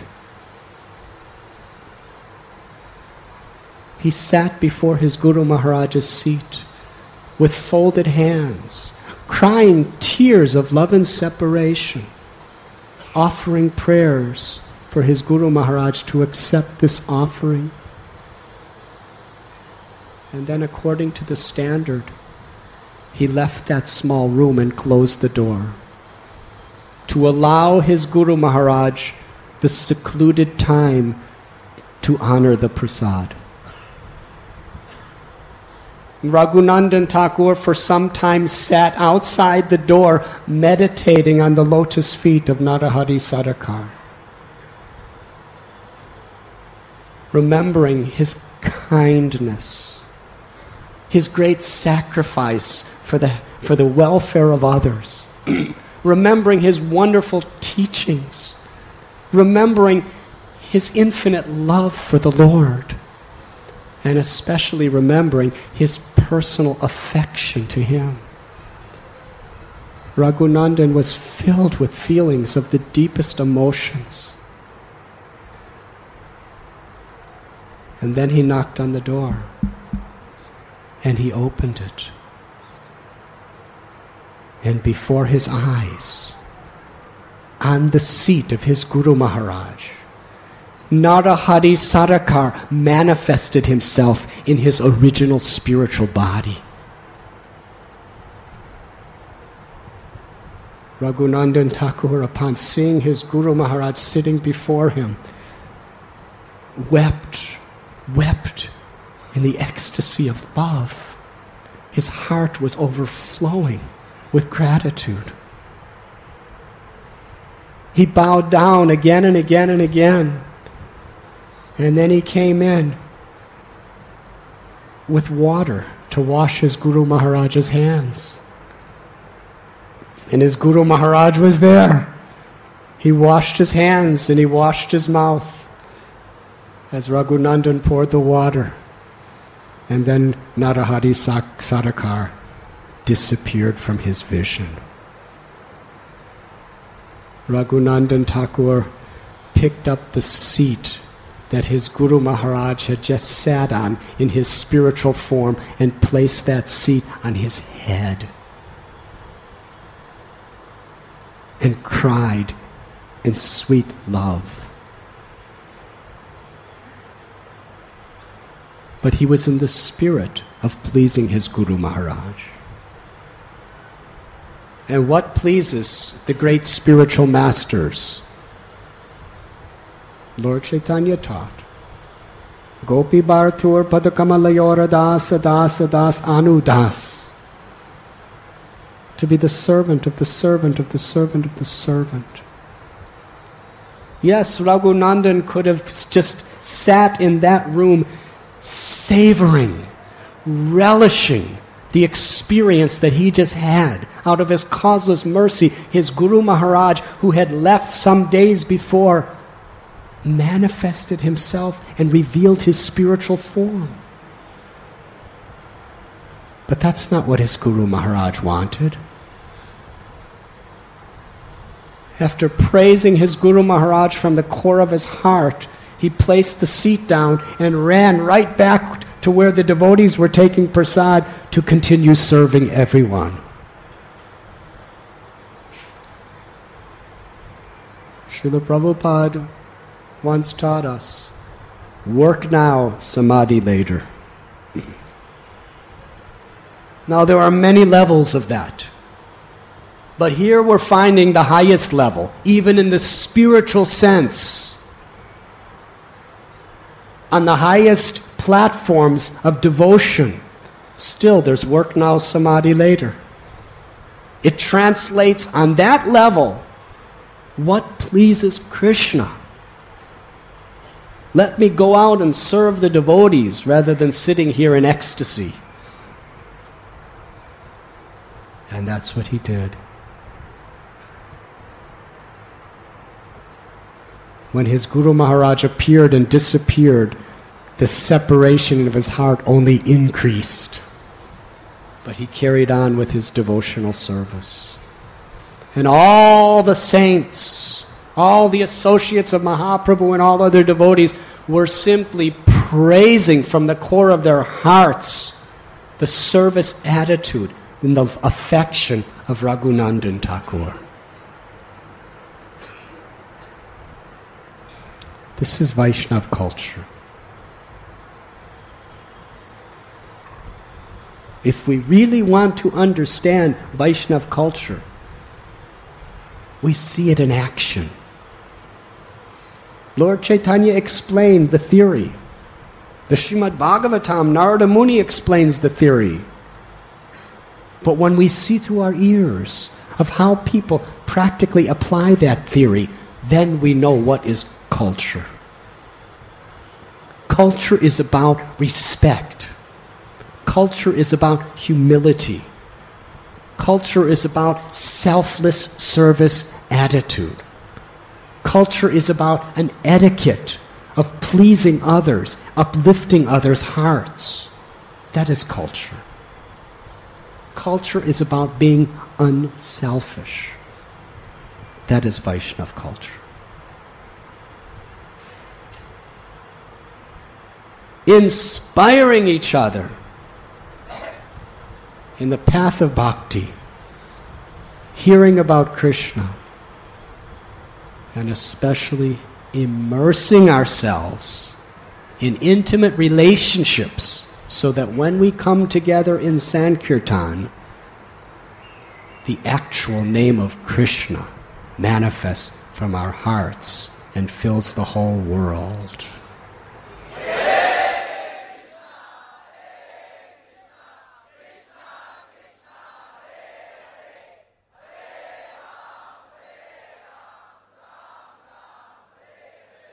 Sarvabhauma Bhattacharya told King Prataparuja that this is called Prem Sankirtan. There are so many people who just go around the streets chanting God's names, even Mahamantra. There are so many temples where kirtan is going on. But what is the culture of Lord Chaitanya's mission? It is Prem Sankirtan. What is Prem Sankirtan? We are hearing about it today. That deep love and appreciation that devotees have for each other, and inspiring each other, and through that pleasing Krishna so that he actually manifests with his full glory in his name.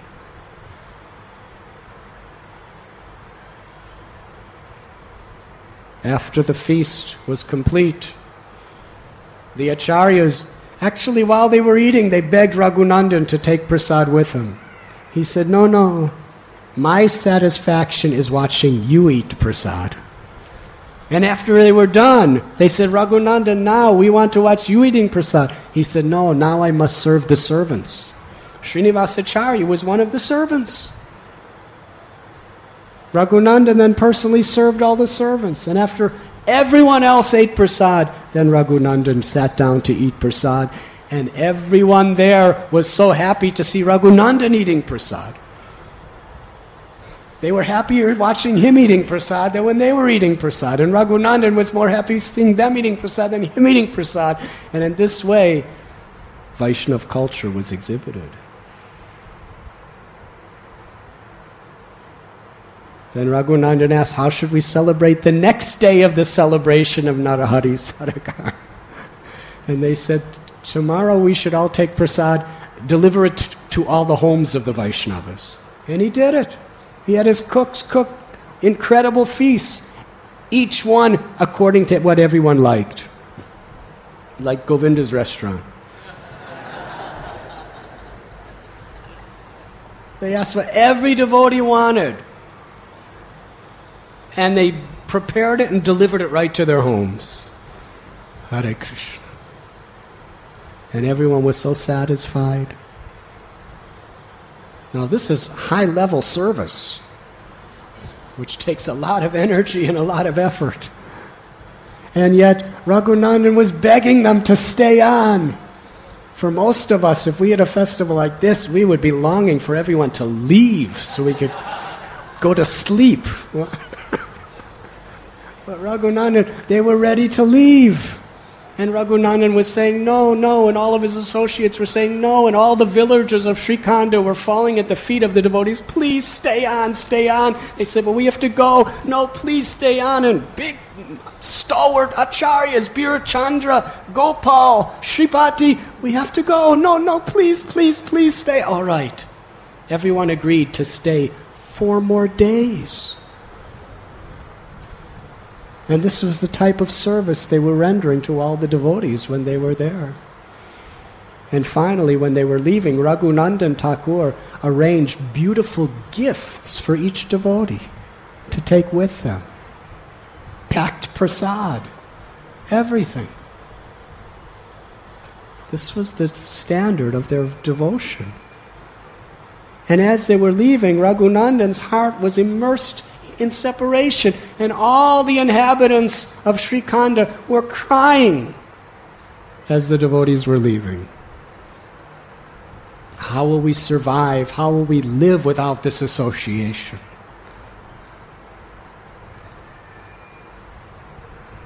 That is how, in Srikhanda, they celebrated this day, the disappearance of Sri Narahari Sarkar.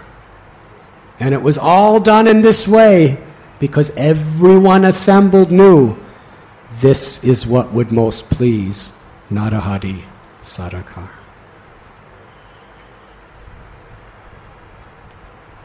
Srila Prabhupada has so kindly come in the disciplic succession of these great personalities to give us the opportunity to enter into this Leela. The prime benediction for humanity at large. On this day, let us pray at the lotus feet of Srila Prabhupada, Narahari Sarkar, Raghunandan Thakur, Mukunda Sarkar, Lord Chaitanya, Lord Nityananda, Sri Sri Radha Gopinath. Let us pray that we can make the aspiration of our lives to follow in the footsteps of these loving servants of the Lord.